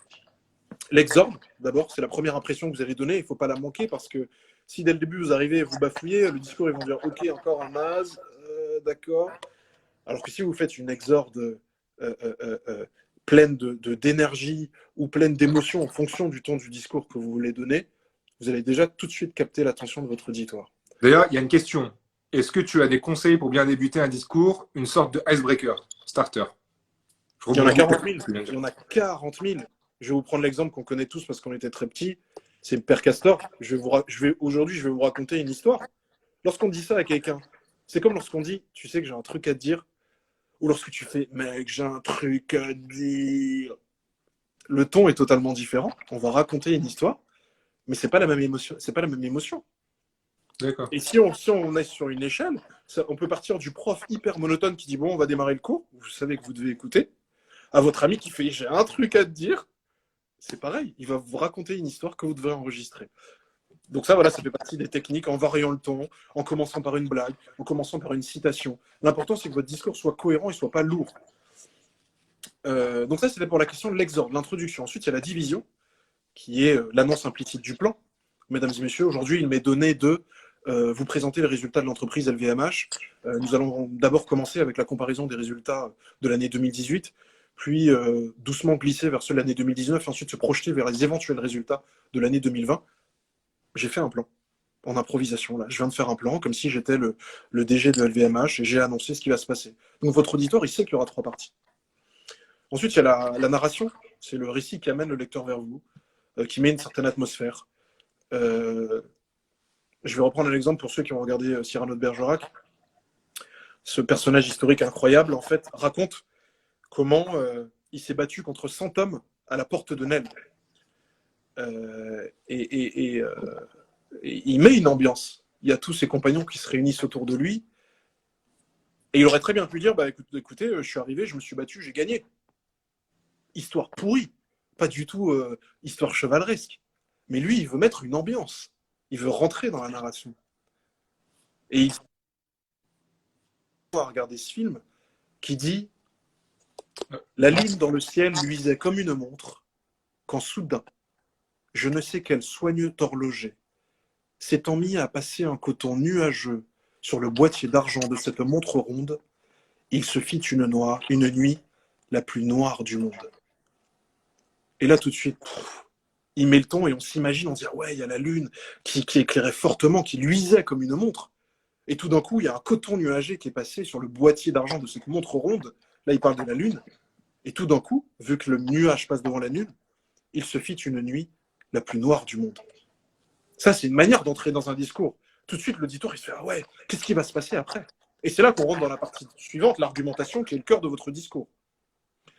C'est là, en fait, vous allez mettre vos citations, dire, je ne suis pas d'accord pour que la cigarette soit plus taxée, parce que. Je ne suis contre la peine de mort, parce que. Mais là aussi, il y a un ordre des arguments à mettre. Et cet ordre, ça s'appelle l'ordre nestorien. L'ordre nestorien, c'est l'ordre qui permet d'avoir des arguments qui sont impactants.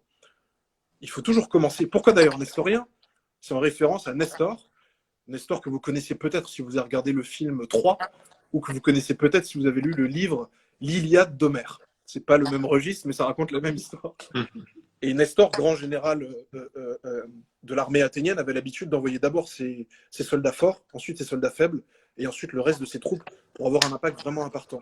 Et sur votre discours, vous allez respecter le même ordre. Vous allez d'abord entamer vos arguments forts, parce que votre auditoire est encore concentré. Ensuite, vous allez envoyer vos arguments faibles, et ensuite, arguments forts pour finir très fort. Attention, chacun peut avoir son point de vue sur une thèse. Donc votre argument, il doit être soutenu par un exemple à chaque fois. Vous allez regarder sur Internet, vous pouvez trouver 40 000 exemples à votre thèse. C'est une chance aujourd'hui qu'on soit dans la génération Internet. Avant, nos parents devaient aller chercher dans le livre, etc. Donc profitez-en, c'est vraiment la période pour vous mettre à l'oratoire. Ensuite, c'est la réfutation. Ça permet de contrer les arguments de l'adversaire. C'est un peu le but à la 94e minute ou à la 83e si on est plutôt foot sur rugby. C'est dire tout simplement, je vois que mon contradicteur s'apprête à dire quelque chose, mais il sait que j'ai raison. Il vous dira pour se défendre que ça. Mais moi, je lui réplique non. On coupe les arguments de son contradicteur. Qu'est-ce que lui, derrière, il peut faire? Après nos arguments, c'est ça? Après vos arguments. Parce que le contradicteur, il dit ouais, ça, bah oui, ça, je l'avais imaginé, ok. Il ne s'attend pas à ce que vous parliez de ses arguments. Et quand je vous dis de connaître votre auditoire, c'est ça aussi. C'est anticiper les questions. Et c'est ce qu'on vous a mis sur la page des conseils d'Orator Studio. Anticipez toujours les questions. Si par exemple vous annoncez un licenciement, vous pouvez être sûr que vous aurez des questions sur quand est-ce que ça va se passer. On continue. Les lives sur Instagram ne durent que 1 heure. Donc ça a été coupé. Mais on n'arrête pas en si bon chemin. Une équipe qui gagne. J'attends que Mathieu revienne.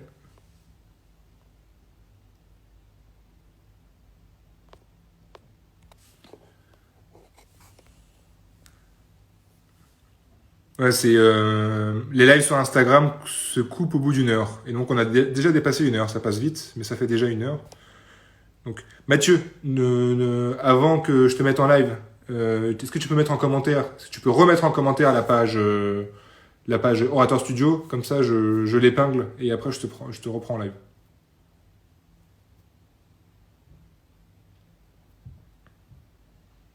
Donc dès que Mathieu a mis le commentaire en commentaire sa page Orator Studio, on continue.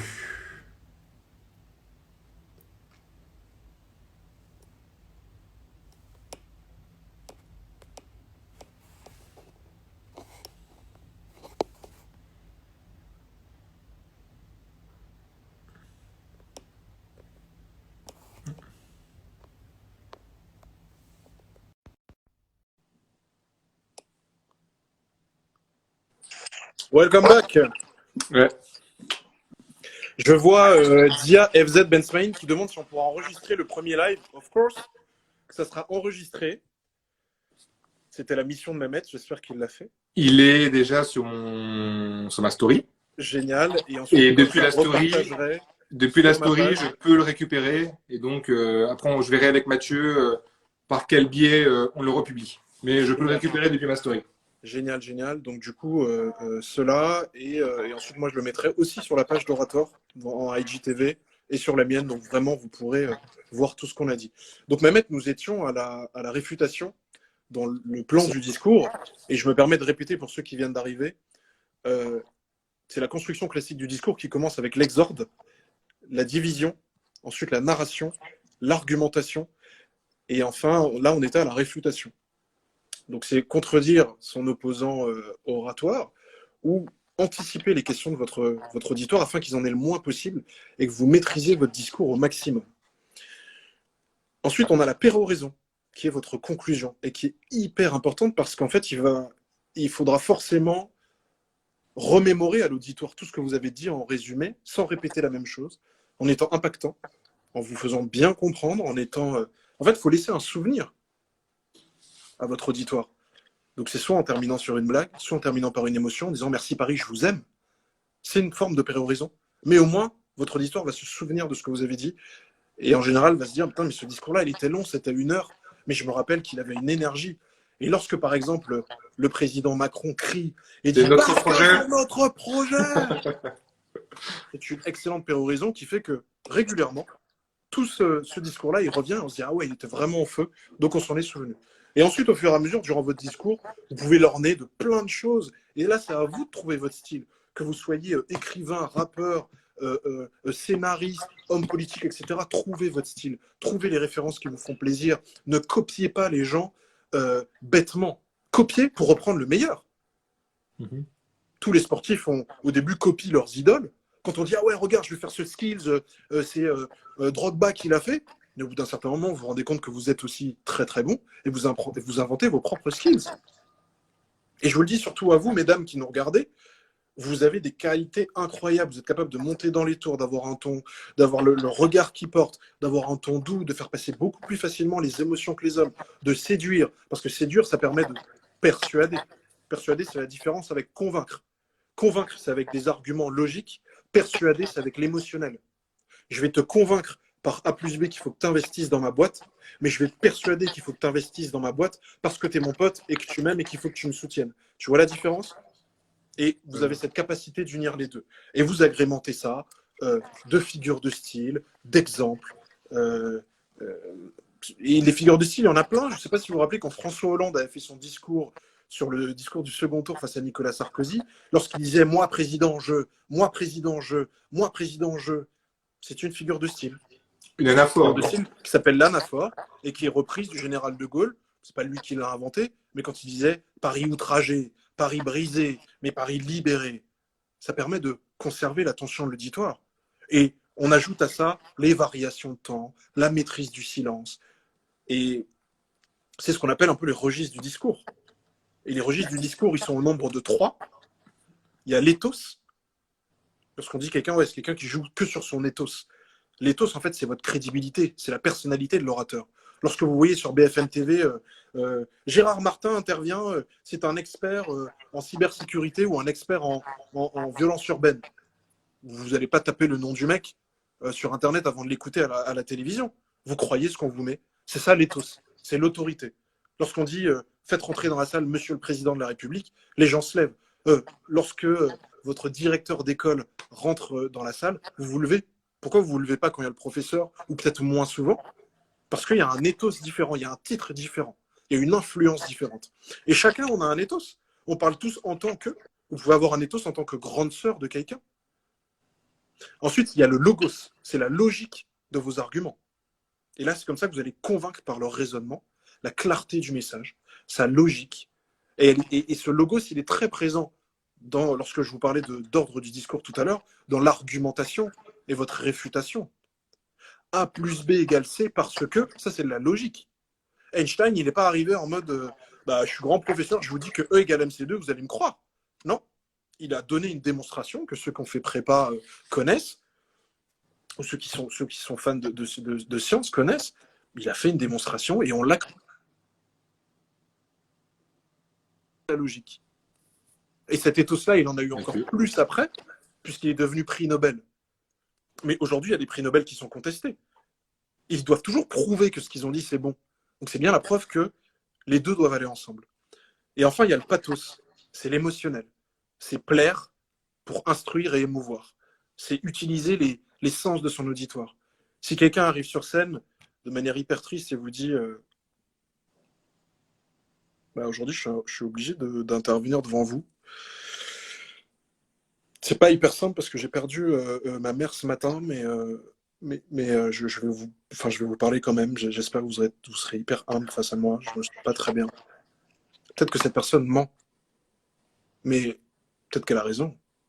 Mais elle vous met dans une ambiance. Elle utilise le pathos pour vous attendrir. Elle utilise l'émotionnel de l'auditoire. Tout le monde a vu Le Roi Lion, je pense. Celui qui n'a pas vu Le Roi Lion me met en commentaire. Je lui enverrai parce que c'est vraiment la base. on va surtout le virer du live. Lorsque Scar, vous vous rappelez de cette phase où Scar il dit « Soyez prêts » et toutes les hyènes sont en train de danser, ça fait tout. Et ben, ça c'est du pathos. Il joue sur l'émotionnel. Il n'y a aucune logique dans son discours. Il te dit juste « Suivez-moi et vous n'aurez plus jamais faim ». Ok, comment, pourquoi? Si, à un moment, il dit on va tuer le roi, on va tuer Mufasa. Du coup, ce sera moi le roi et vous aurez à manger. Mais c'est très très court comme logique. Comment tu vas faire pour le tuer? Mais c'est ton frère. Il y a plein de questions. Lui, il décide quoi, vu que les hyènes sont bêtes, de jouer que sur l'émotionnel, sur la fin. Et ça, c'est un très très bon exemple de discours. Quand je vous disais, regardez vos films, il y a des grands discours partout. Le discours de Scar, à mon sens, est un des plus grands discours de l'histoire. Par contre, t'as un peu spoilé ceux qui l'ont pas vu. Ça. Le film est sorti en 92 ou 94, c'est pas mon problème. Donc voilà, je ne sais pas si on peut passer à la question suivante. Yes, on va y passer. Donc, tu nous as parlé du ton du discours. On va revenir sur ça. Et donc, les questions qui concernent le ton. Comment réussir une prise de parole moins monotone? Enfilez votre costume. Enfilez votre costume d'orateur. Louis de Funès, par exemple, un grand comique français, était quelqu'un de hyper chiant dans la vie. Vous tapez Louis de Funès sur Internet, vie privée, il était tout le temps bougon, il parlait très mal, il avait une passion, c'était les légumes, mais bon, c'est pas ce qui fait de toi quelqu'un de sympa. Pas uniquement, du moins. Mais lorsqu'il enfilait son personnage, il arrivait à donner un ton à son discours. Et réussir une prise de parole moins monotone, c'est utiliser ce ton-là, c'est varier le ton, c'est utiliser des exemples, mettre des blagues, rattacher son auditoire en disant jusqu'ici tout le monde suit, à coup de petites phrases comme ça. N'ayez pas honte de dire j'ai terminé cette première partie, j'enchaîne avec la suivante. C'est comme ça en fait que vous allez réveiller votre auditoire, parce que je l'ai dit au tout début du live, notre cerveau retient de moins en moins de choses. Donc dans votre discours, il faut de plus en plus ajouter des éléments impactants qui permettent à l'auditoire de se souvenir qu'il est en train d'écouter, qu'il y a un discours, qu'il y a des digressions, qu'il y a des blagues, qu'il y a des anaphores, etc. Mais quand je vous parlais d'anaphores tout à l'heure, c'est un très bel exemple de ce qui est un discours qui n'est pas monotone. Mhm. Lorsque François Hollande arrive, il fait « moi président », il commence tout bas, avec des arguments plutôt tranquilles. Et après, il dit « moi président, je n'utiliserai pas ma vie personnelle comme agitateur d'idées politiques. Moi président, je m'astreindrai à être un Français comme les autres. » Vous voyez la variation de ton? Moi président, et là on se dit « ok, toi président, quoi, tu vas faire quoi ?» Et ce ton-là, vous pouvez, en regardant plusieurs fois cette vidéo, vous pouvez l'utiliser un nombre incalculable de fois et votre discours ne sera pas monotone. Ce que vous devez garder en tête absolument, c'est la confiance que vous avez en vous. Parce que votre discours, il est prêt, vous l'avez préparé. C'est comme lorsque vous préparez un examen. Tout le monde stresse lorsqu'on n'a pas préparé l'examen. On regarde son voisin, on se dit, putain, t'as mis quelle réponse? Mais un bon élève qui a révisé, il arrive devant sa feuille sans stress. Il y a une question du coup, je ne sais pas si ça rentre sur le ton, mais comment faire en sorte qu'on ne nous coupe pas la parole? Qu'on ne te coupe pas la parole. Bah, ça dépend déjà de la situation. J'imagine dans le cadre d'un débat. Mais dans le cadre d'un débat, soyez impactant. On a très peur de couper la parole à quelqu'un qui est impactant et qui est sûr de lui. Et si moi, quelqu'un me coupe la parole, ce qui est une impolitesse dans un débat, même une joute oratoire, je vais dire, je vous sens un peu énervé, vous pouvez me laisser finir, ça sera plus concis pour que les gens comprennent. Bim, punchline. Quelqu'un vous coupe la parole, vous dites, c'est hyper intéressant ce que vous dites, mais j'aimerais bien terminer mon propos, ça sera plus clair pour l'auditoire et plus respectueux. Et là, cette personne qui pensait vous déstabiliser, tout de suite, vous la mettez dans la case de la personne qui est irrespectueuse, qui ne laisse pas les gens parler, et personne n'a envie d'écouter quelqu'un comme ça, et donc il part déjà avec un désavantage. Et juste rapidement aussi, une question, j'ai un problème avec le regard et je ne sais pas comment réparer ça. On en a parlé tout à l'heure, Jafar. C'est-à-dire, si je me rappelle bien, tu as dit, il faut se nourrir du regard. C'est-à-dire qu'une personne qui te regarde, c'est une personne qui t'écoute. Donc, au contraire, il faut se nourrir de ce regard. Voilà, exactement, parce que le regard exprime quelque chose. Que ce soit le regard de l'amour, donc qui est hyper motivant pour tout le monde, ou que ce soit le regard du dégoût qui te force à te poser des questions. Pourquoi cette personne ne m'aime pas? Est-ce que je dois corriger quelque chose? Le regard, en fait, c'est une feuille blanche pour vous, vous pouvez écrire dessus. Lorsque là, Mehmet est en train de me fixer à la caméra, je sais qu'il me regarde. Et j'arrive à voir lorsqu'il regarde à côté, ou lorsqu'il a une perturbation, ou lorsqu'il a un petit moment de fatigue. Et pareil, la posture. On se rend compte quand on regarde la posture si quelqu'un est concentré ou pas. Donc, nourrissez-vous vraiment de votre regard. C'est un très très bon indicateur de est-ce que mon discours est impactant ou pas. Et d'ailleurs, un professeur, il regarde très vite, il voit très vite lorsque la classe ne suit plus, en voyant les élèves qui baissent leur regard, qui commencent à regarder leur téléphone, etc. Et ça veut peut-être lui dire que c'est le temps de faire une pause. Donc le regard est un très bon indicateur. Et du coup, une question qui me concerne et qui a été posée aussi en live d'ailleurs, comment mieux articuler pour être plus audible? Il faut ça me mettre. Tu mets ça dans ta bouche, ouais. Et tu parles. Et là, j'ai un stylo dans la bouche, mais normalement, tu arrives à comprendre ce que je dis. Parce que je fais un effort avec ma langue, et je peux parler comme ça pendant 30 minutes. C'est très chiant, ça fait très mal, mais c'est le meilleur exercice. D'ailleurs, il me semble qu'à l'Antiquité, les élèves, on leur mettait des pierres dans la bouche, voilà. Et on leur disait de parler avec ces pierres pour avoir une meilleure. Alors, en ce moment, vu coronavirus, tout ça, je vous déconseille d'aller chercher des pierres par terre et de mettre dans votre bouche. Mais c'est une excellente méthode. Et puis ensuite, criez, parlez, entraînez-vous, écoutez. Vous aimez un discours, vous aimez une chanson, vous faites pause, vous vous enregistrez en train de la chanter et vous vous écoutez. Est-ce que je suis clair? Est-ce que je suis audible? Si vous êtes capable de chanter pendant 4 minutes, c'est à peu près la durée d'une chanson actuellement, si vous êtes capable de rapper pendant 4 minutes ou de chanter un opéra pendant 4 minutes ou J'irai où tu iras pendant 4 minutes ou le lac du Connemara pour les étudiants d'HEC, c'est que vous êtes capable de bien vous exprimer et être audible. Après, le ton, il devient de plus en plus incompréhensible lorsque vous êtes fatigué, lorsque ça fait très longtemps que vous parlez. Et c'est pour ça que les gens sur les plateaux télé, ils boivent. Ces gens boivent, ils ont des verres parce que ça permet de délier la langue. La langue, c'est un muscle. Exactement, moi aussi, j'ai ma petite bouteille à côté. La langue, c'est un muscle. Donc, comme tous les muscles, au bout d'un moment, ça s'épuise. C'est le moment de boire, c'est le moment de faire une pause, c'est peut-être le moment de prendre une question pour respirer. Donc, de la même manière que le regard est un très bon indicateur, si vous avez l'habitude d'articuler très clairement sans problème, lorsque votre langue faiblit, c'est que votre corps qui vous envoie un signal, comme quand vous êtes fatigué le soir et que vos yeux vous font mal et que vous vous dites « Ok, là, il faut que j'aille me coucher, je suis KO ». La langue, c'est exactement pareil. Mais la technique du stylo est très, très bonne. Super. Il y a Maître Zabra, qui est un ami que je remercie pour être présent, qui dit « J'ai des problèmes de mémoire, je ne le crois pas une seconde. » Mais il me dit « Comment gérer cela lors des prises de parole, car il me faut toujours des petites notes. » Mais garde tes notes.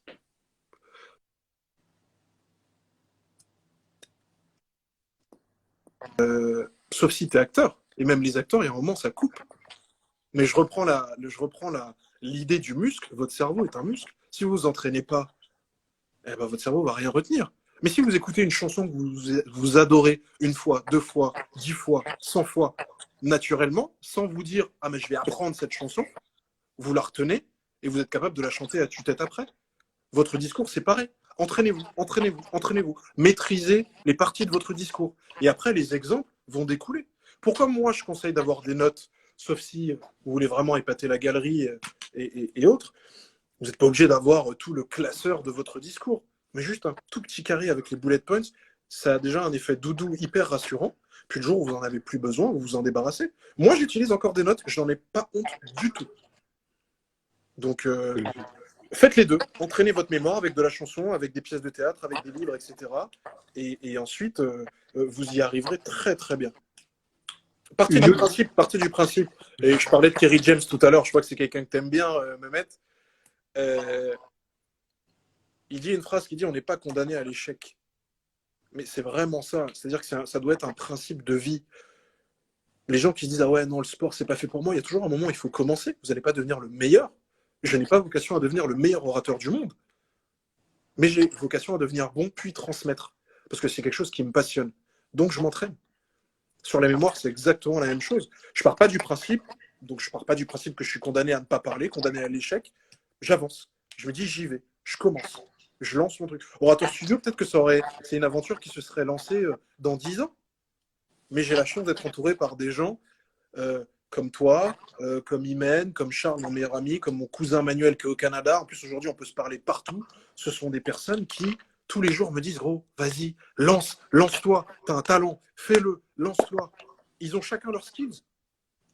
J'ai un ami, Jimmy, cet après-midi, qui est hyper chaud en site internet, qui m'a dit « Je vais t'aider à le faire. » Donc, parlez, sortez de votre zone de confort. C'est en sortant de votre zone de confort que vous allez mettre les gens au courant de votre projet. Je ne suis pas obligé de crier sur la terre entière, mais les gens vont être au courant et s'ils vous aiment, ils vont vous aider vers cela. Et c'est là, en fait, vous allez arriver à vos objectifs. Donc, une autre question qui revient souvent, mais que faire de ses mains? Utilisez-les. Utilisez-les. Il n'y a aucun discours qui est passionnant avec quelqu'un qui est derrière son bureau. Alors ça, c'est très général de Gaulle ou 3e, 4e République, les discours très posés ou derrière. Mais je vous invite à regarder, par exemple, le discours pour l'aide à la culture que le président Emmanuel Macron a fait cet après-midi. Il est en bras de chemise et il lève les bras, il parle, il est passionné, il passe sa main dans ses cheveux. En fait, on vit avec lui. Parfois, il nous fait rire. Parfois même, limite, on n'a pas trop envie de le prendre au sérieux. Mais au moins, on l'écoute. Et c'est l'objectif principal, d'être écouté et d'être entendu. Donc, vos gestes, depuis tout à l'heure, j'en fais. Ils doivent nous représenter alors. Votre discours. Ils doivent, vous représenter. C'est ça. Et 2, venir en soutien de votre discours. Si par exemple, je te dis, il faut travailler. C'est bien plus clair avec un geste. Je pourrais te dire la même chose. Je pourrais te dire, travaille. Mais si je dis travaille, tu vas, naturellement, ton cerveau va se dire, ok, là, il y a quelque chose qui se passe. Lorsque je dis écouter, c'est pareil. Si je dis bon, et je fais ce geste-là, et je fais bon, je prends un temps de pause. Mais c'est des images que inconsciemment, vous avez tellement souvent vues durant votre parcours qu'en fait, naturellement, ça va évoquer quelque chose chez vous. Et vous allez vous dire, ok, là, il y a quelque chose d'important. Ça va rendre votre discours impactant et vous allez gagner. C'est pour ça qu'on voit les grands avocats sur les dessins à l'ancienne, lever la main comme ça, etc. Mais c'est exactement la même chose. Étonnamment, on ne reproche pas à un sportif ou un boxeur lorsqu'il arrive sur un ring d'avoir énormément d'ego, de dire je vais l'éclater, de lever les bras, de rentrer sur la scène et de faire comme ça. Faites la même chose, mais à votre échelle, lorsque vous êtes en art oratoire. Vous avez le droit de terminer un discours en levant le bras comme ça si vous avez dit quelque chose de politiquement impactant ou qui défend une cause. Parce que ce geste-là que des sportifs noirs américains ont fait aux Jeux Olympiques de Mexico, ils l'ont fait une fois dans l'histoire, et ensuite c'est devenu un geste de contre la ségrégation raciale. Donc peut-être que un jour vous allez oser faire un geste et il va rentrer dans l'histoire. Vraiment ne pas hésiter. Donc utilisez votre gestuelle. Parce En revanche, maîtrisez-la. Et c'est ce que dans Orator Studio, je mets dans les slides qu'on a mis sur la page Insta. Maîtrisez vos gestes. Le but, c'est pas être un guignol et de faire des gestes partout. Mais une fois que vous aurez maîtrisé ces gestes par l'entraînement, vous allez devenir un tueur parce que c'est ce qui vous rendra complet. Très bien. Le débit de parole. Comment ne pas aller trop vite? Ça, c'est la préparation de votre texte. Moi, par exemple, je suis quelqu'un qui a un débit de parole très rapide parce que mon flot d'idées arrive très rapidement. Et même là, à 28 ans, j'apprends encore à canaliser mon débit de parole lorsque je fais des interventions en cours. Et pour progresser, je demande régulièrement à mes élèves, est-ce que jusqu'ici tout va bien? Je n'ai pas été trop vite. Encore une fois, je sors de ma zone de confort, je ne reste pas sur mon ego, et je demande à mon auditoire, est-ce qu'ils suivent? Est-ce que je ne vais pas trop vite? Lorsque j'ai des idées importantes à faire passer, je réduis mon débit de parole. Mais comment savoir si j'ai des idées importantes Si on est dans un passage important de mon discours, c'est parce que je l'ai travaillé avant. J'ai écrit, j'ai mis des parties, j'ai surligné les mots. Moi, si je t'envoie mes plaidoiries que j'écris, c'est une carte du monde. Il y a des flèches de partout, des mots soulignés.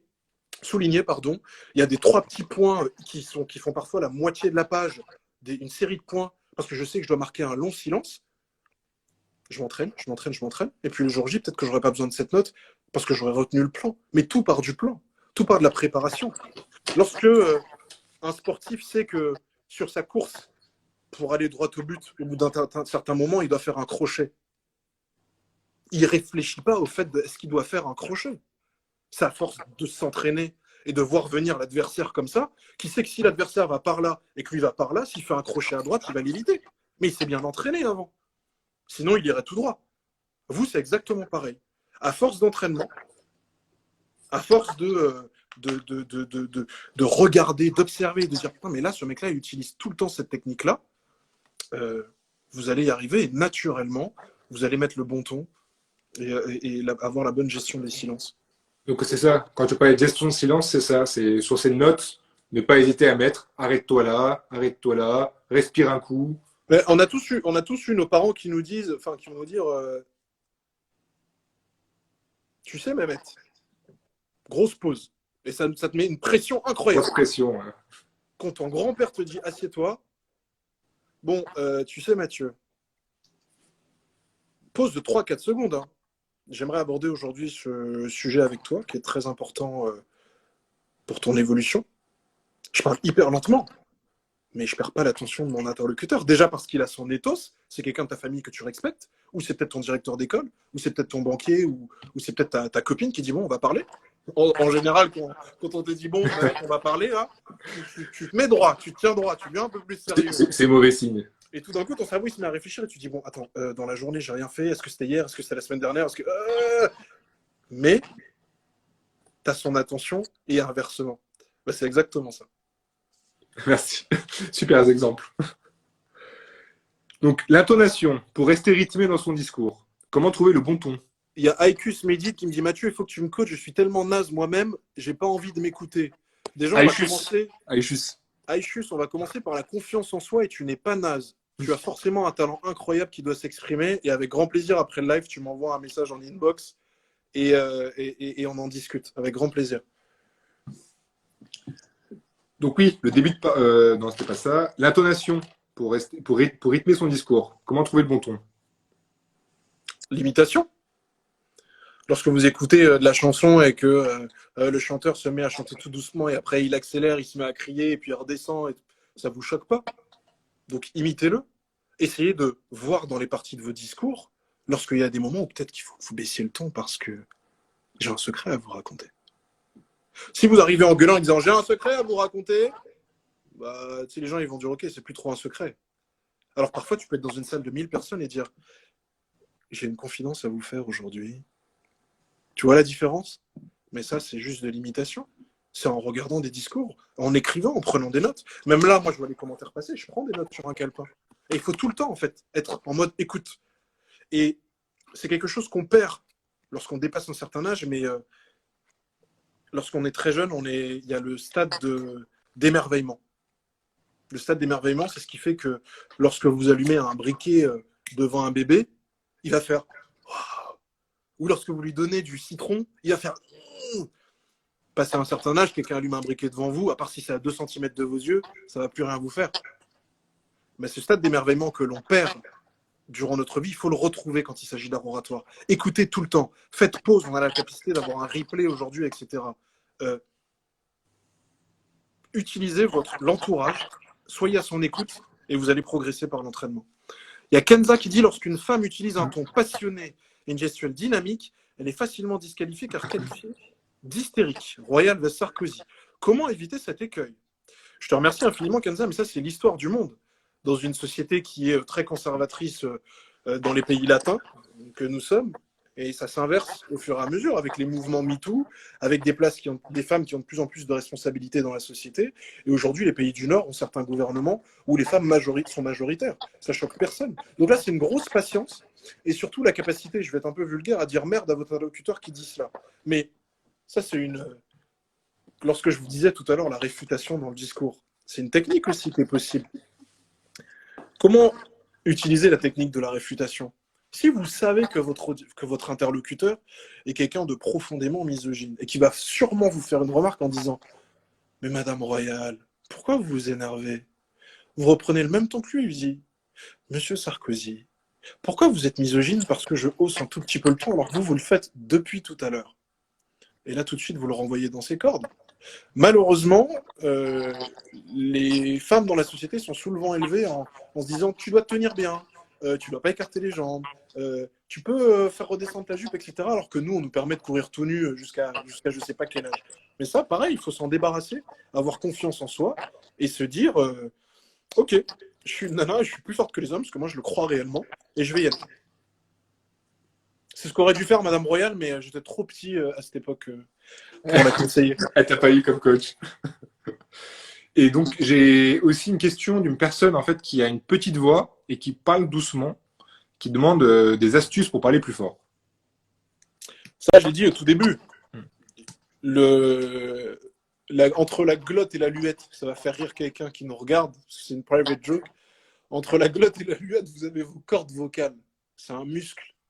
Lorsque vous n'avez pas l'habitude de crier et vous tenez une conversation pendant très longtemps, en général, la corde vocale s'éraille et c'est très difficile de parler le lendemain. Mais si vous l'entraînez tout le temps, vous criez régulièrement, vous parlez fort du moins, parce que crier c'est désagréable, mais face à vos proches, et ben, au bout d'un certain moment, votre muscle il va grossir. C'est comme à force de faire des squats, mesdames, c'est la période, et à force de faire des pompes chez soi, eh ben, y a des gens qui vont sortir du confinement ultra gainés. C'est exactement la même chose. Moi, là, je m'entraîne à sortir du confinement, prêt à donner des cours d'art oratoire. Et on le constate. Attends, j'ai une question qui est passée. Donc, alors, pendant que tu cherches, il y a Vic qui me dit, est-ce qu'il y a des couleurs qu'il vaut mieux éviter de mettre pour ne pas prier au sérieux?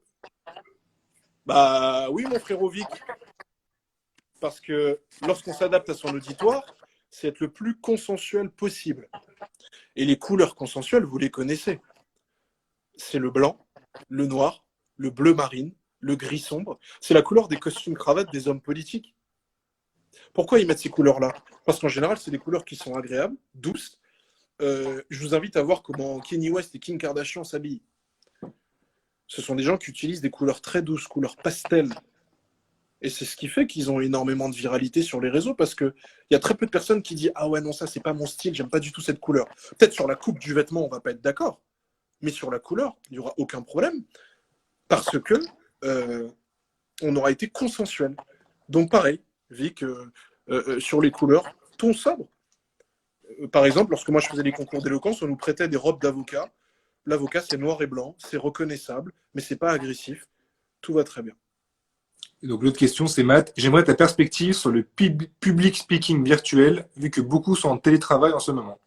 Super live, merci. Merci beaucoup, Matt. Merci infiniment. C'est grâce à vous si ce live existe. C'est Luigi Exotique, excuse-moi. Luigi Exotique, pardon. Donc sa question était sur le public speaking virtuel. donc les cours qu'on reçoit. J'aimerais ta perspective sur le public speaking virtuel. Alors, je pense que cette phase de confinement qu'on vit là, c'est l'ouverture vers de nouveaux modes de travaux qu'on ne soupçonnait pas ou qu'on ralentissait. Parce que le télétravail, on en parle depuis très longtemps dans la société, mais les chefs d'entreprise en général sont assez réticents. Surtout en France, on est très réticents au changement. Mais aujourd'hui, par exemple, Microsoft vient d'annoncer que tous ses salariés seront en télétravail jusqu'au mois d'octobre. Microsoft, une des plus grosses boîtes au monde. Donc, on va bien être forcé d'aller là-dessus.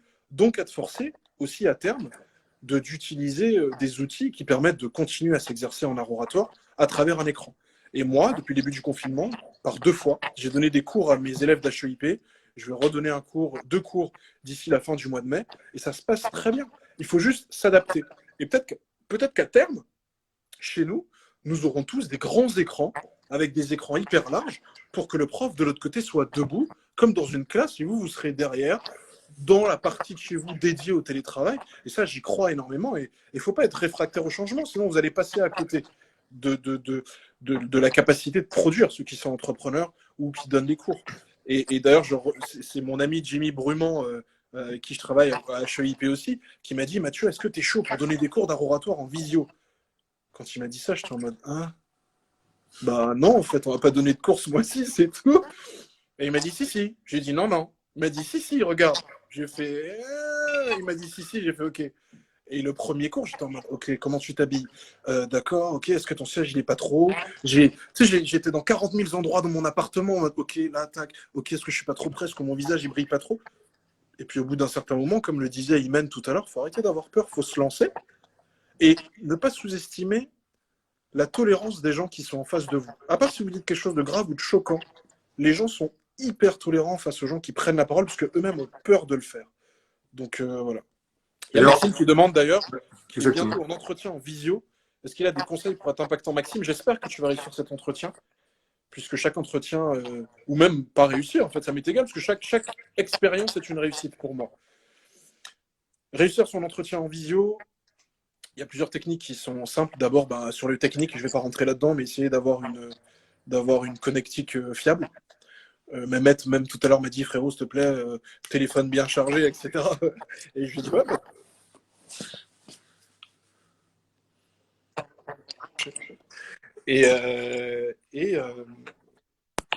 Et du coup, il faut que tu te prépares à cet entretien de manière à ce que ton interlocuteur qui a l'habitude d'entretien dans la vie de tous les jours puisse se dire, ok, il a fait un effort et c'est quelqu'un qui va être professionnel, même dans un cadre qui ne s'y prête pas. Donc, costume cravate, on ne met pas de caleçon, on s'habille entièrement, parce que peut-être que votre interlocuteur, il va être farceur, et va dire, vous pouvez vous lever et faire un tour sur vous-même? Il a le droit de vous le demander. Là, vous faites quoi? Vous dites, non, c'est chaud. Il va dire, ok, donc vous n'étiez pas prêt à être dans une situation de travail. Donc, pourquoi je vous ferai confiance en télétravail plus tard? Donc, c'est autant de préparation qu'il faut avoir. Mettez-vous dans la même situation et soyez aussi rigoureux que si vous aviez un vrai entretien. Mettez-vous dans un espace qui ne va pas vous déranger. Et ensuite, vu que votre gestuelle va être moins visible, soyez beaucoup plus précis sur vos arguments. Parlez de manière beaucoup plus lente. Soyez beaucoup plus concis dans vos arguments parce que regarder un visio, c'est beaucoup plus fatigant que faire un entretien en direct. Allez droit au but et surtout privilégier l'échange. Donc là, on sort de la forme, mais dans un entretien, pour réussir un entretien de motivation, et je vais faire un live à ce sujet d'ailleurs, laissez parler votre interlocuteur, passionnez-le, essayez de toujours connaître son auditoire. C'est rare que votre interlocuteur, exactement ce que dit Maxime, est adaptable. C'est rare que votre interlocuteur ne soit pas sur LinkedIn. Donc vous allez voir ce qu'il like, vous allez voir ce qu'il aime. Peut-être que vous allez trouver des liens en commun. Ah, on a fait la même fac, mais à 30 ans de différence, vous allez en parler. En général, si ce n'est pas un robot, il va dire « Oui, j'ai fait cette fac-là, tel truc ». Et le temps, il avance. Et vous créez une vraie relation qui n'est pas uniquement une relation figée de recruteur-recruté. D'ailleurs, pour rebondir dessus, mon député actuel était recruteur avant d'être député. Et il m'a toujours dit le meilleur entretien, c'est l'entretien où le candidat parle le moins. C'est Exactement. parce que c'est le recruteur. En fait, tu as ambiancé le recruteur, si tu veux, ce qui va faire que il va faire que parler, parler, parler, parler, parler. Et à la fin, il va être content. Il va avoir l'impression d'avoir passé un super entretien alors que tu n'as rien dit. Alors que tu n'as rien dit. Tu l'as juste relancé. Il a dit des choses. Tu l'as relancé, tu l'as relancé. Et sans s'en rendre compte, il va penser qu'il a passé un super entretien. Donc, il va te prendre. Et surtout, n'hésitez pas à considérer votre recruteur comme quelqu'un de normal. C'est quelqu'un qui s'est levé comme vous le matin, qui a pris un petit déj, qui a embrassé ses enfants avant de partir, qui a insulté d'autres personnes dans les bouchons parce qu'il en peut plus, comme toute personne qui est dans les bouchons tous les jours. Et peut-être qu'il n'a pas trop envie de vous recevoir. Donc, tu as utilisé un terme qui est hyper important, mais mettez-le dans une ambiance. Mettez-le dans une ambiance agréable. Tout le monde préfère avoir un échange agréable, même s'il s'agit d'un sujet sérieux. C'est ce qu'Emmanuel Macron a fait cet après-midi lorsqu'il a fait ses présentations de l'aide à la culture. Il a dit, je ne vais pas arriver costume cravate en mode prompteur, comme d'habitude, air sérieux, relevé de chemise, cheveux pas coiffés, on va parler du tout ou rien, donner des exemples très concrets. Il s'est parfois même laissé aller sur des idées personnelles, mais on l'a écouté, parce qu'il nous a mis dans une ambiance. Et lorsque tout à l'heure, je vous présentais Cyrano de Bergerac, qui vous met dans une ambiance nocturne par ce coton nuagé qui passe devant cette horloge qu'est la Lune, il te met dans une ambiance. Mais quand vous observez votre quotidien, tout le monde vous met dans une ambiance. Vous rentrez dans le magasin Abercrombie, ça sent le parfum, la musique est à fond, on vous met dans une ambiance pour vous faire dépenser. Vous rentrez chez Sephora, ça sent le parfum de partout, on vous met dans une ambiance. Vous rentrez en boîte de nuit, on vous met dans une ambiance. Vous rentrez dans une grosse boîte, à l'accueil, il y a des hommes et des femmes qui vont vous accueillir de la manière la plus plaisante possible pour vous mettre dans une ambiance. Donc vous, pareil, trouvez votre ambiance, celle que vous méritez le mieux, celle que vous maîtrisez le mieux, pardon, et ensuite le reste va glisser. D'ailleurs, ça me donne une idée. Si vous le souhaitez, vous pouvez commenter ou m'envoyer des messages après. On peut faire un live sur le recrutement avec des recruteurs, des conseils qui pourraient. C'est une excellente idée, surtout qu'en ce moment, on va rentrer dans une période de. Je digresse un peu de sujet, mais on va rentrer dans une période où le recrutement va être très compliqué, parce que beaucoup de personnes, malheureusement, vont se retrouver sur le marché. Avec la récession économique, toutes ces choses-là. Donc c'est une très très bonne idée, Mehmet. Merci beaucoup. Donc je vous tiens au courant. Dans les prochains lives, on va essayer de mettre en place ça, si ça vous dit. On mettra ça en place. Mathieu, juste, il reste 20 minutes. Combien de temps? Pour pas ça dure trop longtemps et pas non plus emmerder tout le monde. Bien sûr. Je vais essayer de finir les questions qui ont été posées en amont. Et s'il reste du temps, on pourra continuer encore sur les questions live. Donc là, on a fini sur le ton du discours. On en arrive à convaincre et persuader. Alors, les questions que je t'ai posées, tu as déjà répondu à ces questions. Mais comme elles ont été posées par les followers, je les repose quand même formellement. Comment convaincre et ne pas se laisser déstabiliser? Alors, comment convaincre et ne pas se laisser déstabiliser? C'est la confiance en vous.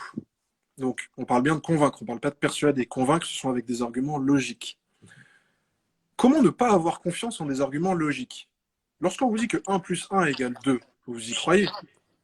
Donc, c'est à vous de faire en sorte que dans votre discours, ça soit aussi clair qu'une équation mathématique de 1 plus 1 égale 2.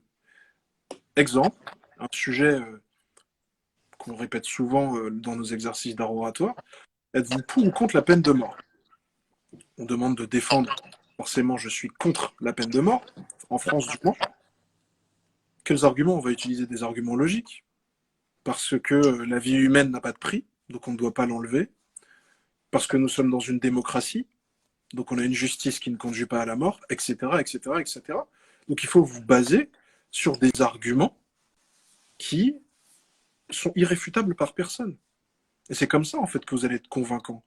Et ça, ces arguments de fond, ajoutés aux arguments de forme, votre ton, votre conviction, votre regard fixé dans les yeux en disant non, la peine de mort, c'est non négociable.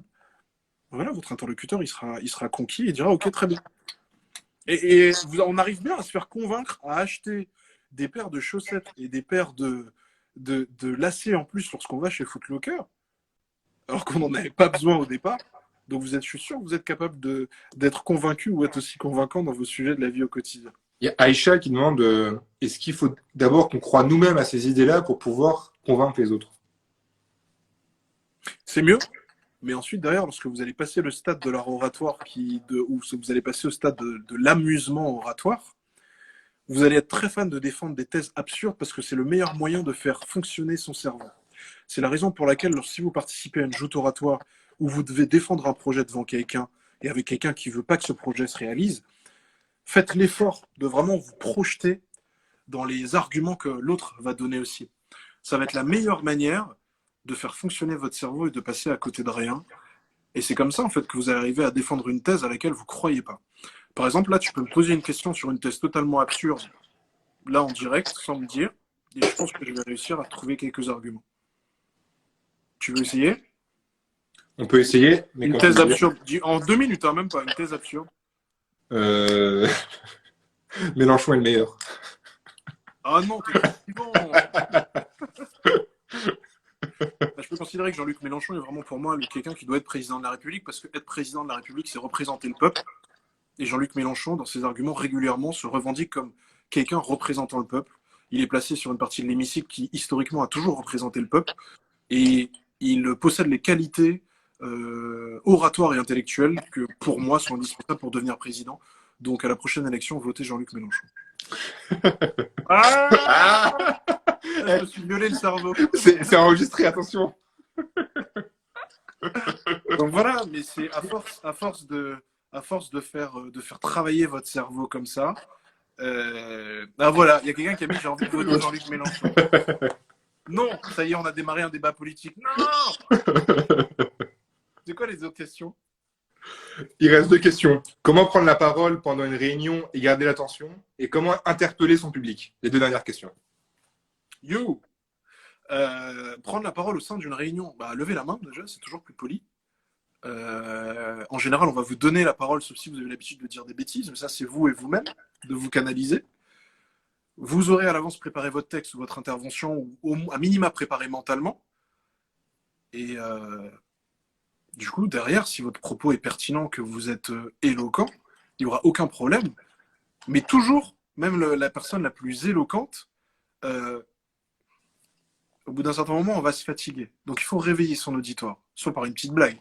C'est comme quand on était en cours et que le professeur lâchait une blague, alors vous étiez en train de dormir, tout d'un coup ça réveille, on fait, wow, j'ai raté un truc. Ben là, c'est exactement la même chose. Vous voulez réveiller votre auditoire, faire en sorte qu'il soit attentif à ce que vous dites. Donc agrémentez ça de petites blagues. Baissez le ton. C'est ce que j'adore faire en cours, ne plus parler. Et les élèves qui suivent plus, ben, ils sentent que l'ambiance, elle a changé. Tu parlais d'ambiance, ils disent, il n'y a plus de bruit, c'est fini, je lève la tête et tout le monde le regarde. C'est une manière de remobiliser son auditoire. Super. Et comment interpeller son public? Du coup, tu restes dessus ou Interpeller son public, bah, c'est exactement la même chose. C'est-à-dire, si tu as la possibilité que ce n'est pas un discours fixe, tout le monde a déjà regardé des spectacles comiques. Comment les comiques interpellent leur auditoire, leur public? Ils font venir quelqu'un sur scène. Ils posent une question. Parfois même, vous remarquerez, ils posent la question, ils n'attendent même pas la réponse et ils font directement une blague dessus. Il va dire, par exemple, vous, monsieur, vous êtes en couple avec votre femme. Et avant même d'attendre la réponse, il fait, ah ouais, lui, il assume pas du tout. Gros rire dans la salle. C'est utiliser son public pour faire rire tout le monde. Tu as choisi un élément. Par exemple, si tu arrives le matin et tu dis, voilà, j'espère que tout le monde a passé un excellent week-end. Moi, par exemple, j'en ai passé un super bien parce que j'ai fait du foot avec un tel, ça peut être un de tes collègues. Bah, tout d'un coup, tu mobilises quelqu'un de ton public. Et les autres, ils disent, ah ouais, putain, il a fait du foot avec lui ce week-end, ben on va l'écouter parce que c'est peut-être intéressant. C'est pour ça qu'il ne faut pas rester chacun dans sa bulle. Et voilà. Il y a Arthur qui dit, est-ce qu'il y a des Algériens dans la salle? C'est ce que je regardais. Il y a toujours des Algériens dans la salle. Et Arthur, est-ce que tu peux te canaliser, s'il te plaît? Je vois que tu trolles depuis tout à l'heure.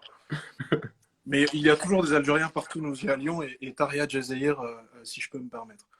Tu vas gagner beaucoup de followers, là. Mais on est intelligent, mon vieux. Écoute, il nous reste 14 minutes. Donc maintenant, c'est sujet libre. Donc là, on prend toutes les questions live. On essaye de répondre à toutes les questions en live. Let's go live. Let's go live, live, live. Donc, il y a, là, par exemple, j'ai peur de bafouiller. Alors, si tu as peur de bafouiller, c'est que tu n'es pas sûr de toi. Ou du moins que tu parles trop vite, Ice 4-4. Bafouiller, c'est quand ton cerveau va moins vite que ton débit de parole. Donc, il faut juste refonctionner dans l'ordre. Et moi, même à l'Assemblée nationale, en réunion ou dans d'autres situations un peu sérieuses, avant de poser une question et avant ou avant d'intervenir, je développe plusieurs fois dans ma tête mon argumentaire en essayant de me mettre à la place de mon auditoire. Au début, ça prend du temps, puis après, on est habitué. Et au fur et à mesure, on avance et vous n'allez plus bafouiller du tout. Parce que votre cerveau, en muscle que vous allez travailler et développer, bah, au fur et à mesure, il va penser non plus à ce que vous dites, mais à l'idée d'après pendant que votre bouche est en train de parler. Là, par exemple, je suis en train de penser à ce que je vais manger et je suis en train de faire ma cuisine dans ma tête parce que je commence à avoir très faim. Pourtant, je te parle en même temps. Et votre cerveau, vous l'utilisez qu'à 10%, hein, n'oubliez jamais ça. Tous les êtres humains, grand max, on utilise notre cerveau à maximum 10%. Donc, du coup, arrêtez-vous. Charles qui me demande qui est pour toi le meilleur orateur de l'histoire. C'est moi. Non, je... le meilleur orateur de l'histoire pour moi c'est celui qui s'est adapté. C'est très difficile parce que chaque ton, chaque discours, moi j'aime beaucoup Pour moi, un bon orateur est celui qui va impacter son histoire. D'ailleurs, la réponse est un peu dans ta question. Qui est pour toi le meilleur orateur de l'histoire? Pour moi, c'est celui qui, à mon sens, arrive à le plus changer l'histoire. Il y a énormément de personnes. Je choisirais forcément, c'est un avis personnel, Martin Luther King. Et en numéro 2, Barack Obama. Non pas que je fasse une préférence raciale ou autre, mais c'est parce que ce sont des gens qui, au moment où on les attendait le moins, ont réussi avec courage. Et c'est un terme que je vous demande d'imprimer et de mettre devant vous, devant votre bureau, devant votre lit, partout. Courage, courage, courage. Avec du courage, ils se sont dit, OK, à ce moment-là, il faut que j'intervienne, il faut que je change mon histoire, il faut que mon message soit entendu, alors que tout le monde va aller contre moi. Et il y a quelqu'un qui s'appelle Kevin Rossignol qui me dit, tu en penses quoi de la communication de Raoult? C'est un peu ça. C'est quelqu'un qui, au moment où on ne l'attend pas, essaye de changer le cours de son histoire, d'aller à contre-courant. Jean-Luc Mélenchon, on en a parlé, est quelqu'un qui est un très bon orateur parce qu'il va à contre-courant et il essaye de changer l'histoire de son pays en proposant une 6e république. Tony Robbins, le mec que je vous ai cité, l'américain, allez voir vraiment sa page, il s'appelle Tony, T-O-N-Y, Robbins, R-O-B-I-N-S. Il change l'histoire parce que là où des gens ont l'habitude de ne pas se livrer, de ne pas parler de leur violence intrafamiliale, de ne pas parler de leurs problèmes de drogue, il les invite à se délivrer. Il les invite à se faire des câlins. C'est quelque chose qu'on fait très rarement en France, que les Américains le font. Mais il dit non, mais conservez le câlin, transmettez une émotion à l'autre. Avec le Covid. Mollo, mais théoriquement, tu n'es pas censé faire de câlin à quelqu'un qui n'est pas clean si tu es confiné, Mamet. Jusqu'au 11 mai. Je suis seul. Après le 11 mai, il y aura gros câlin time, je pense. Mais donc voilà, pour moi, les meilleurs orateurs, ce sont ceux qui changent l'histoire. Et Tanguy me dit, que penses-tu du style oratoire de Barack Obama? Moi, j'adore parce que c'est quelqu'un qui arrive à faire un discours sans montrer qu'il le fait. Et Obama utilise l'anaphore inversée. Lorsqu'il dit Today we will make America a different country, yes we can, yes we can, yes we can, et que toute la foule le scande comme ça, yes we can, par son discours, il arrive à être impactant et à changer le cours de l'histoire et à gagner alors qu'on n'y attendait pas. On va redescendre en couche beaucoup plus basique. Lorsque vous regardez le film 300 et qu'on dit Spartiate, quel est votre métier? Aou, c'est une anaphore. On ne l'analyse pas comme ça. Mais c'est un discours qui est court, impactant. Juste avant, il dit quoi? Toi, quel est ton métier? Forgeron. Toi, quel est ton métier? Je ne sais plus ce qu'il dit, agriculteur, enfin bref. Et il se retourne et il dit Spartiate, quel est votre métier? Ça nous a tous choqués au point où dans notre sport, au rugby ou dans des matchs, maintenant, on est en train de dire comme des teubés, aou. Mais c'est bien la preuve que ce discours-là nous a impacté, qui nous a transmis des émotions, qui nous a transmis cette notion de courage. Les mecs sont quand même 300 face à plusieurs milliers de soldats, donc c'est à retenir. Donc, je retiens en tout cas les références ce soir. Le Roi Lion, 300. Effectivement, il y a un documentaire sur Tony Robbins sur Netflix. Sur Netflix, il y a un documentaire sur Tony Robbins qui dit I'm not your guru, qui est incroyable. Et il y a Gazia qui demandait comment faire pour ne pas s'essouffler quand on fait un discours ou qu'on échange. Si vos arguments sont structurés et si vous écoutez votre corps, vous n'allez pas vous essouffler parce que je vais me lever pour vous montrer. Bienvenue chez moi. Lorsque vous vous levez déjà, c'est toujours très important de faire le meilleur des discours, c'est le discours debout. Votre cage thoracique, elle est au maximum de sa capacité en volume d'air. Vous prenez une grande...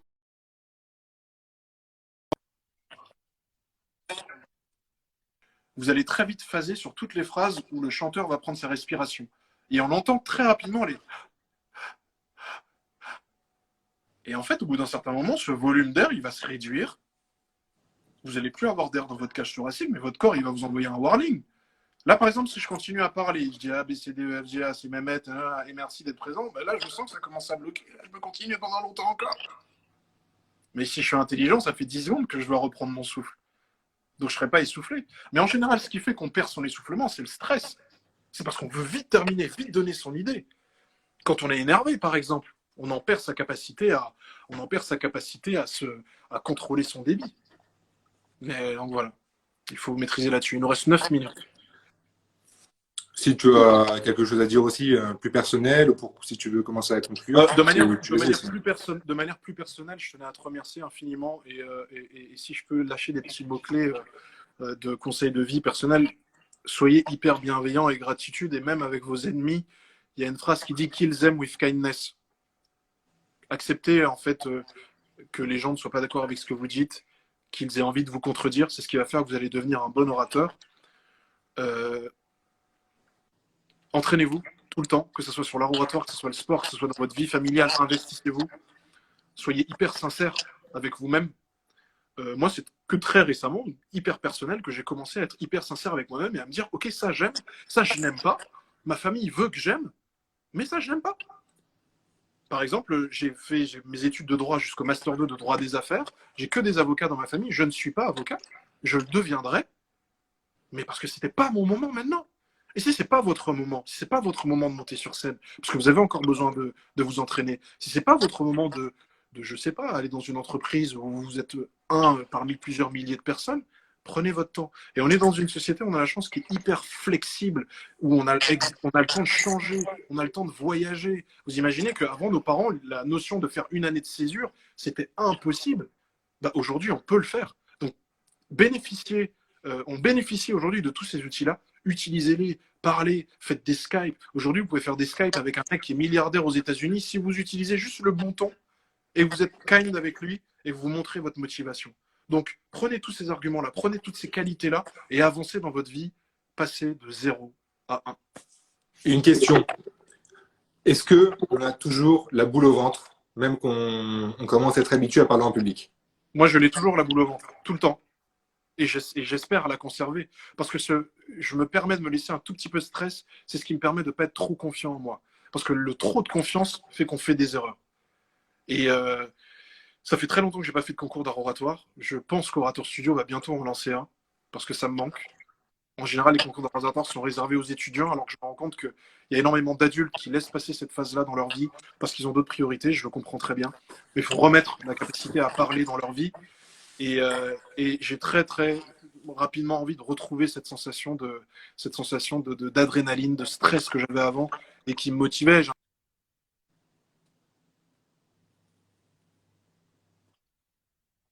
Je dis frérot, je suis pétrifié. Et il me disait non, vas-y, t'inquiète, tout va bien se passer. Et je cherchais son regard dans la salle. Et lorsque je l'avais trouvé, j'étais beaucoup plus confiant. Ceux qui regardent la saison 3 de Baron Noir vont comprendre ce que je dis. Trouver un regard dans la salle peut se fixer. Et c'est ça, en fait, vous allez très vite trouver vos petits skills, vos habitudes, vos doudous personnels, ça sera vos notes, ça sera avoir un stylo dans les mains, ça sera avoir une... Enfin bref, et voilà, quelqu'un dit Dupond-Moretti reste toujours autant pour les assises alors que c'est un grand patron. Effectivement, je vous le dis, Dupond-Moretti, c'est un tonton du game en matière de plaidoirie et d'avocat tout simplement.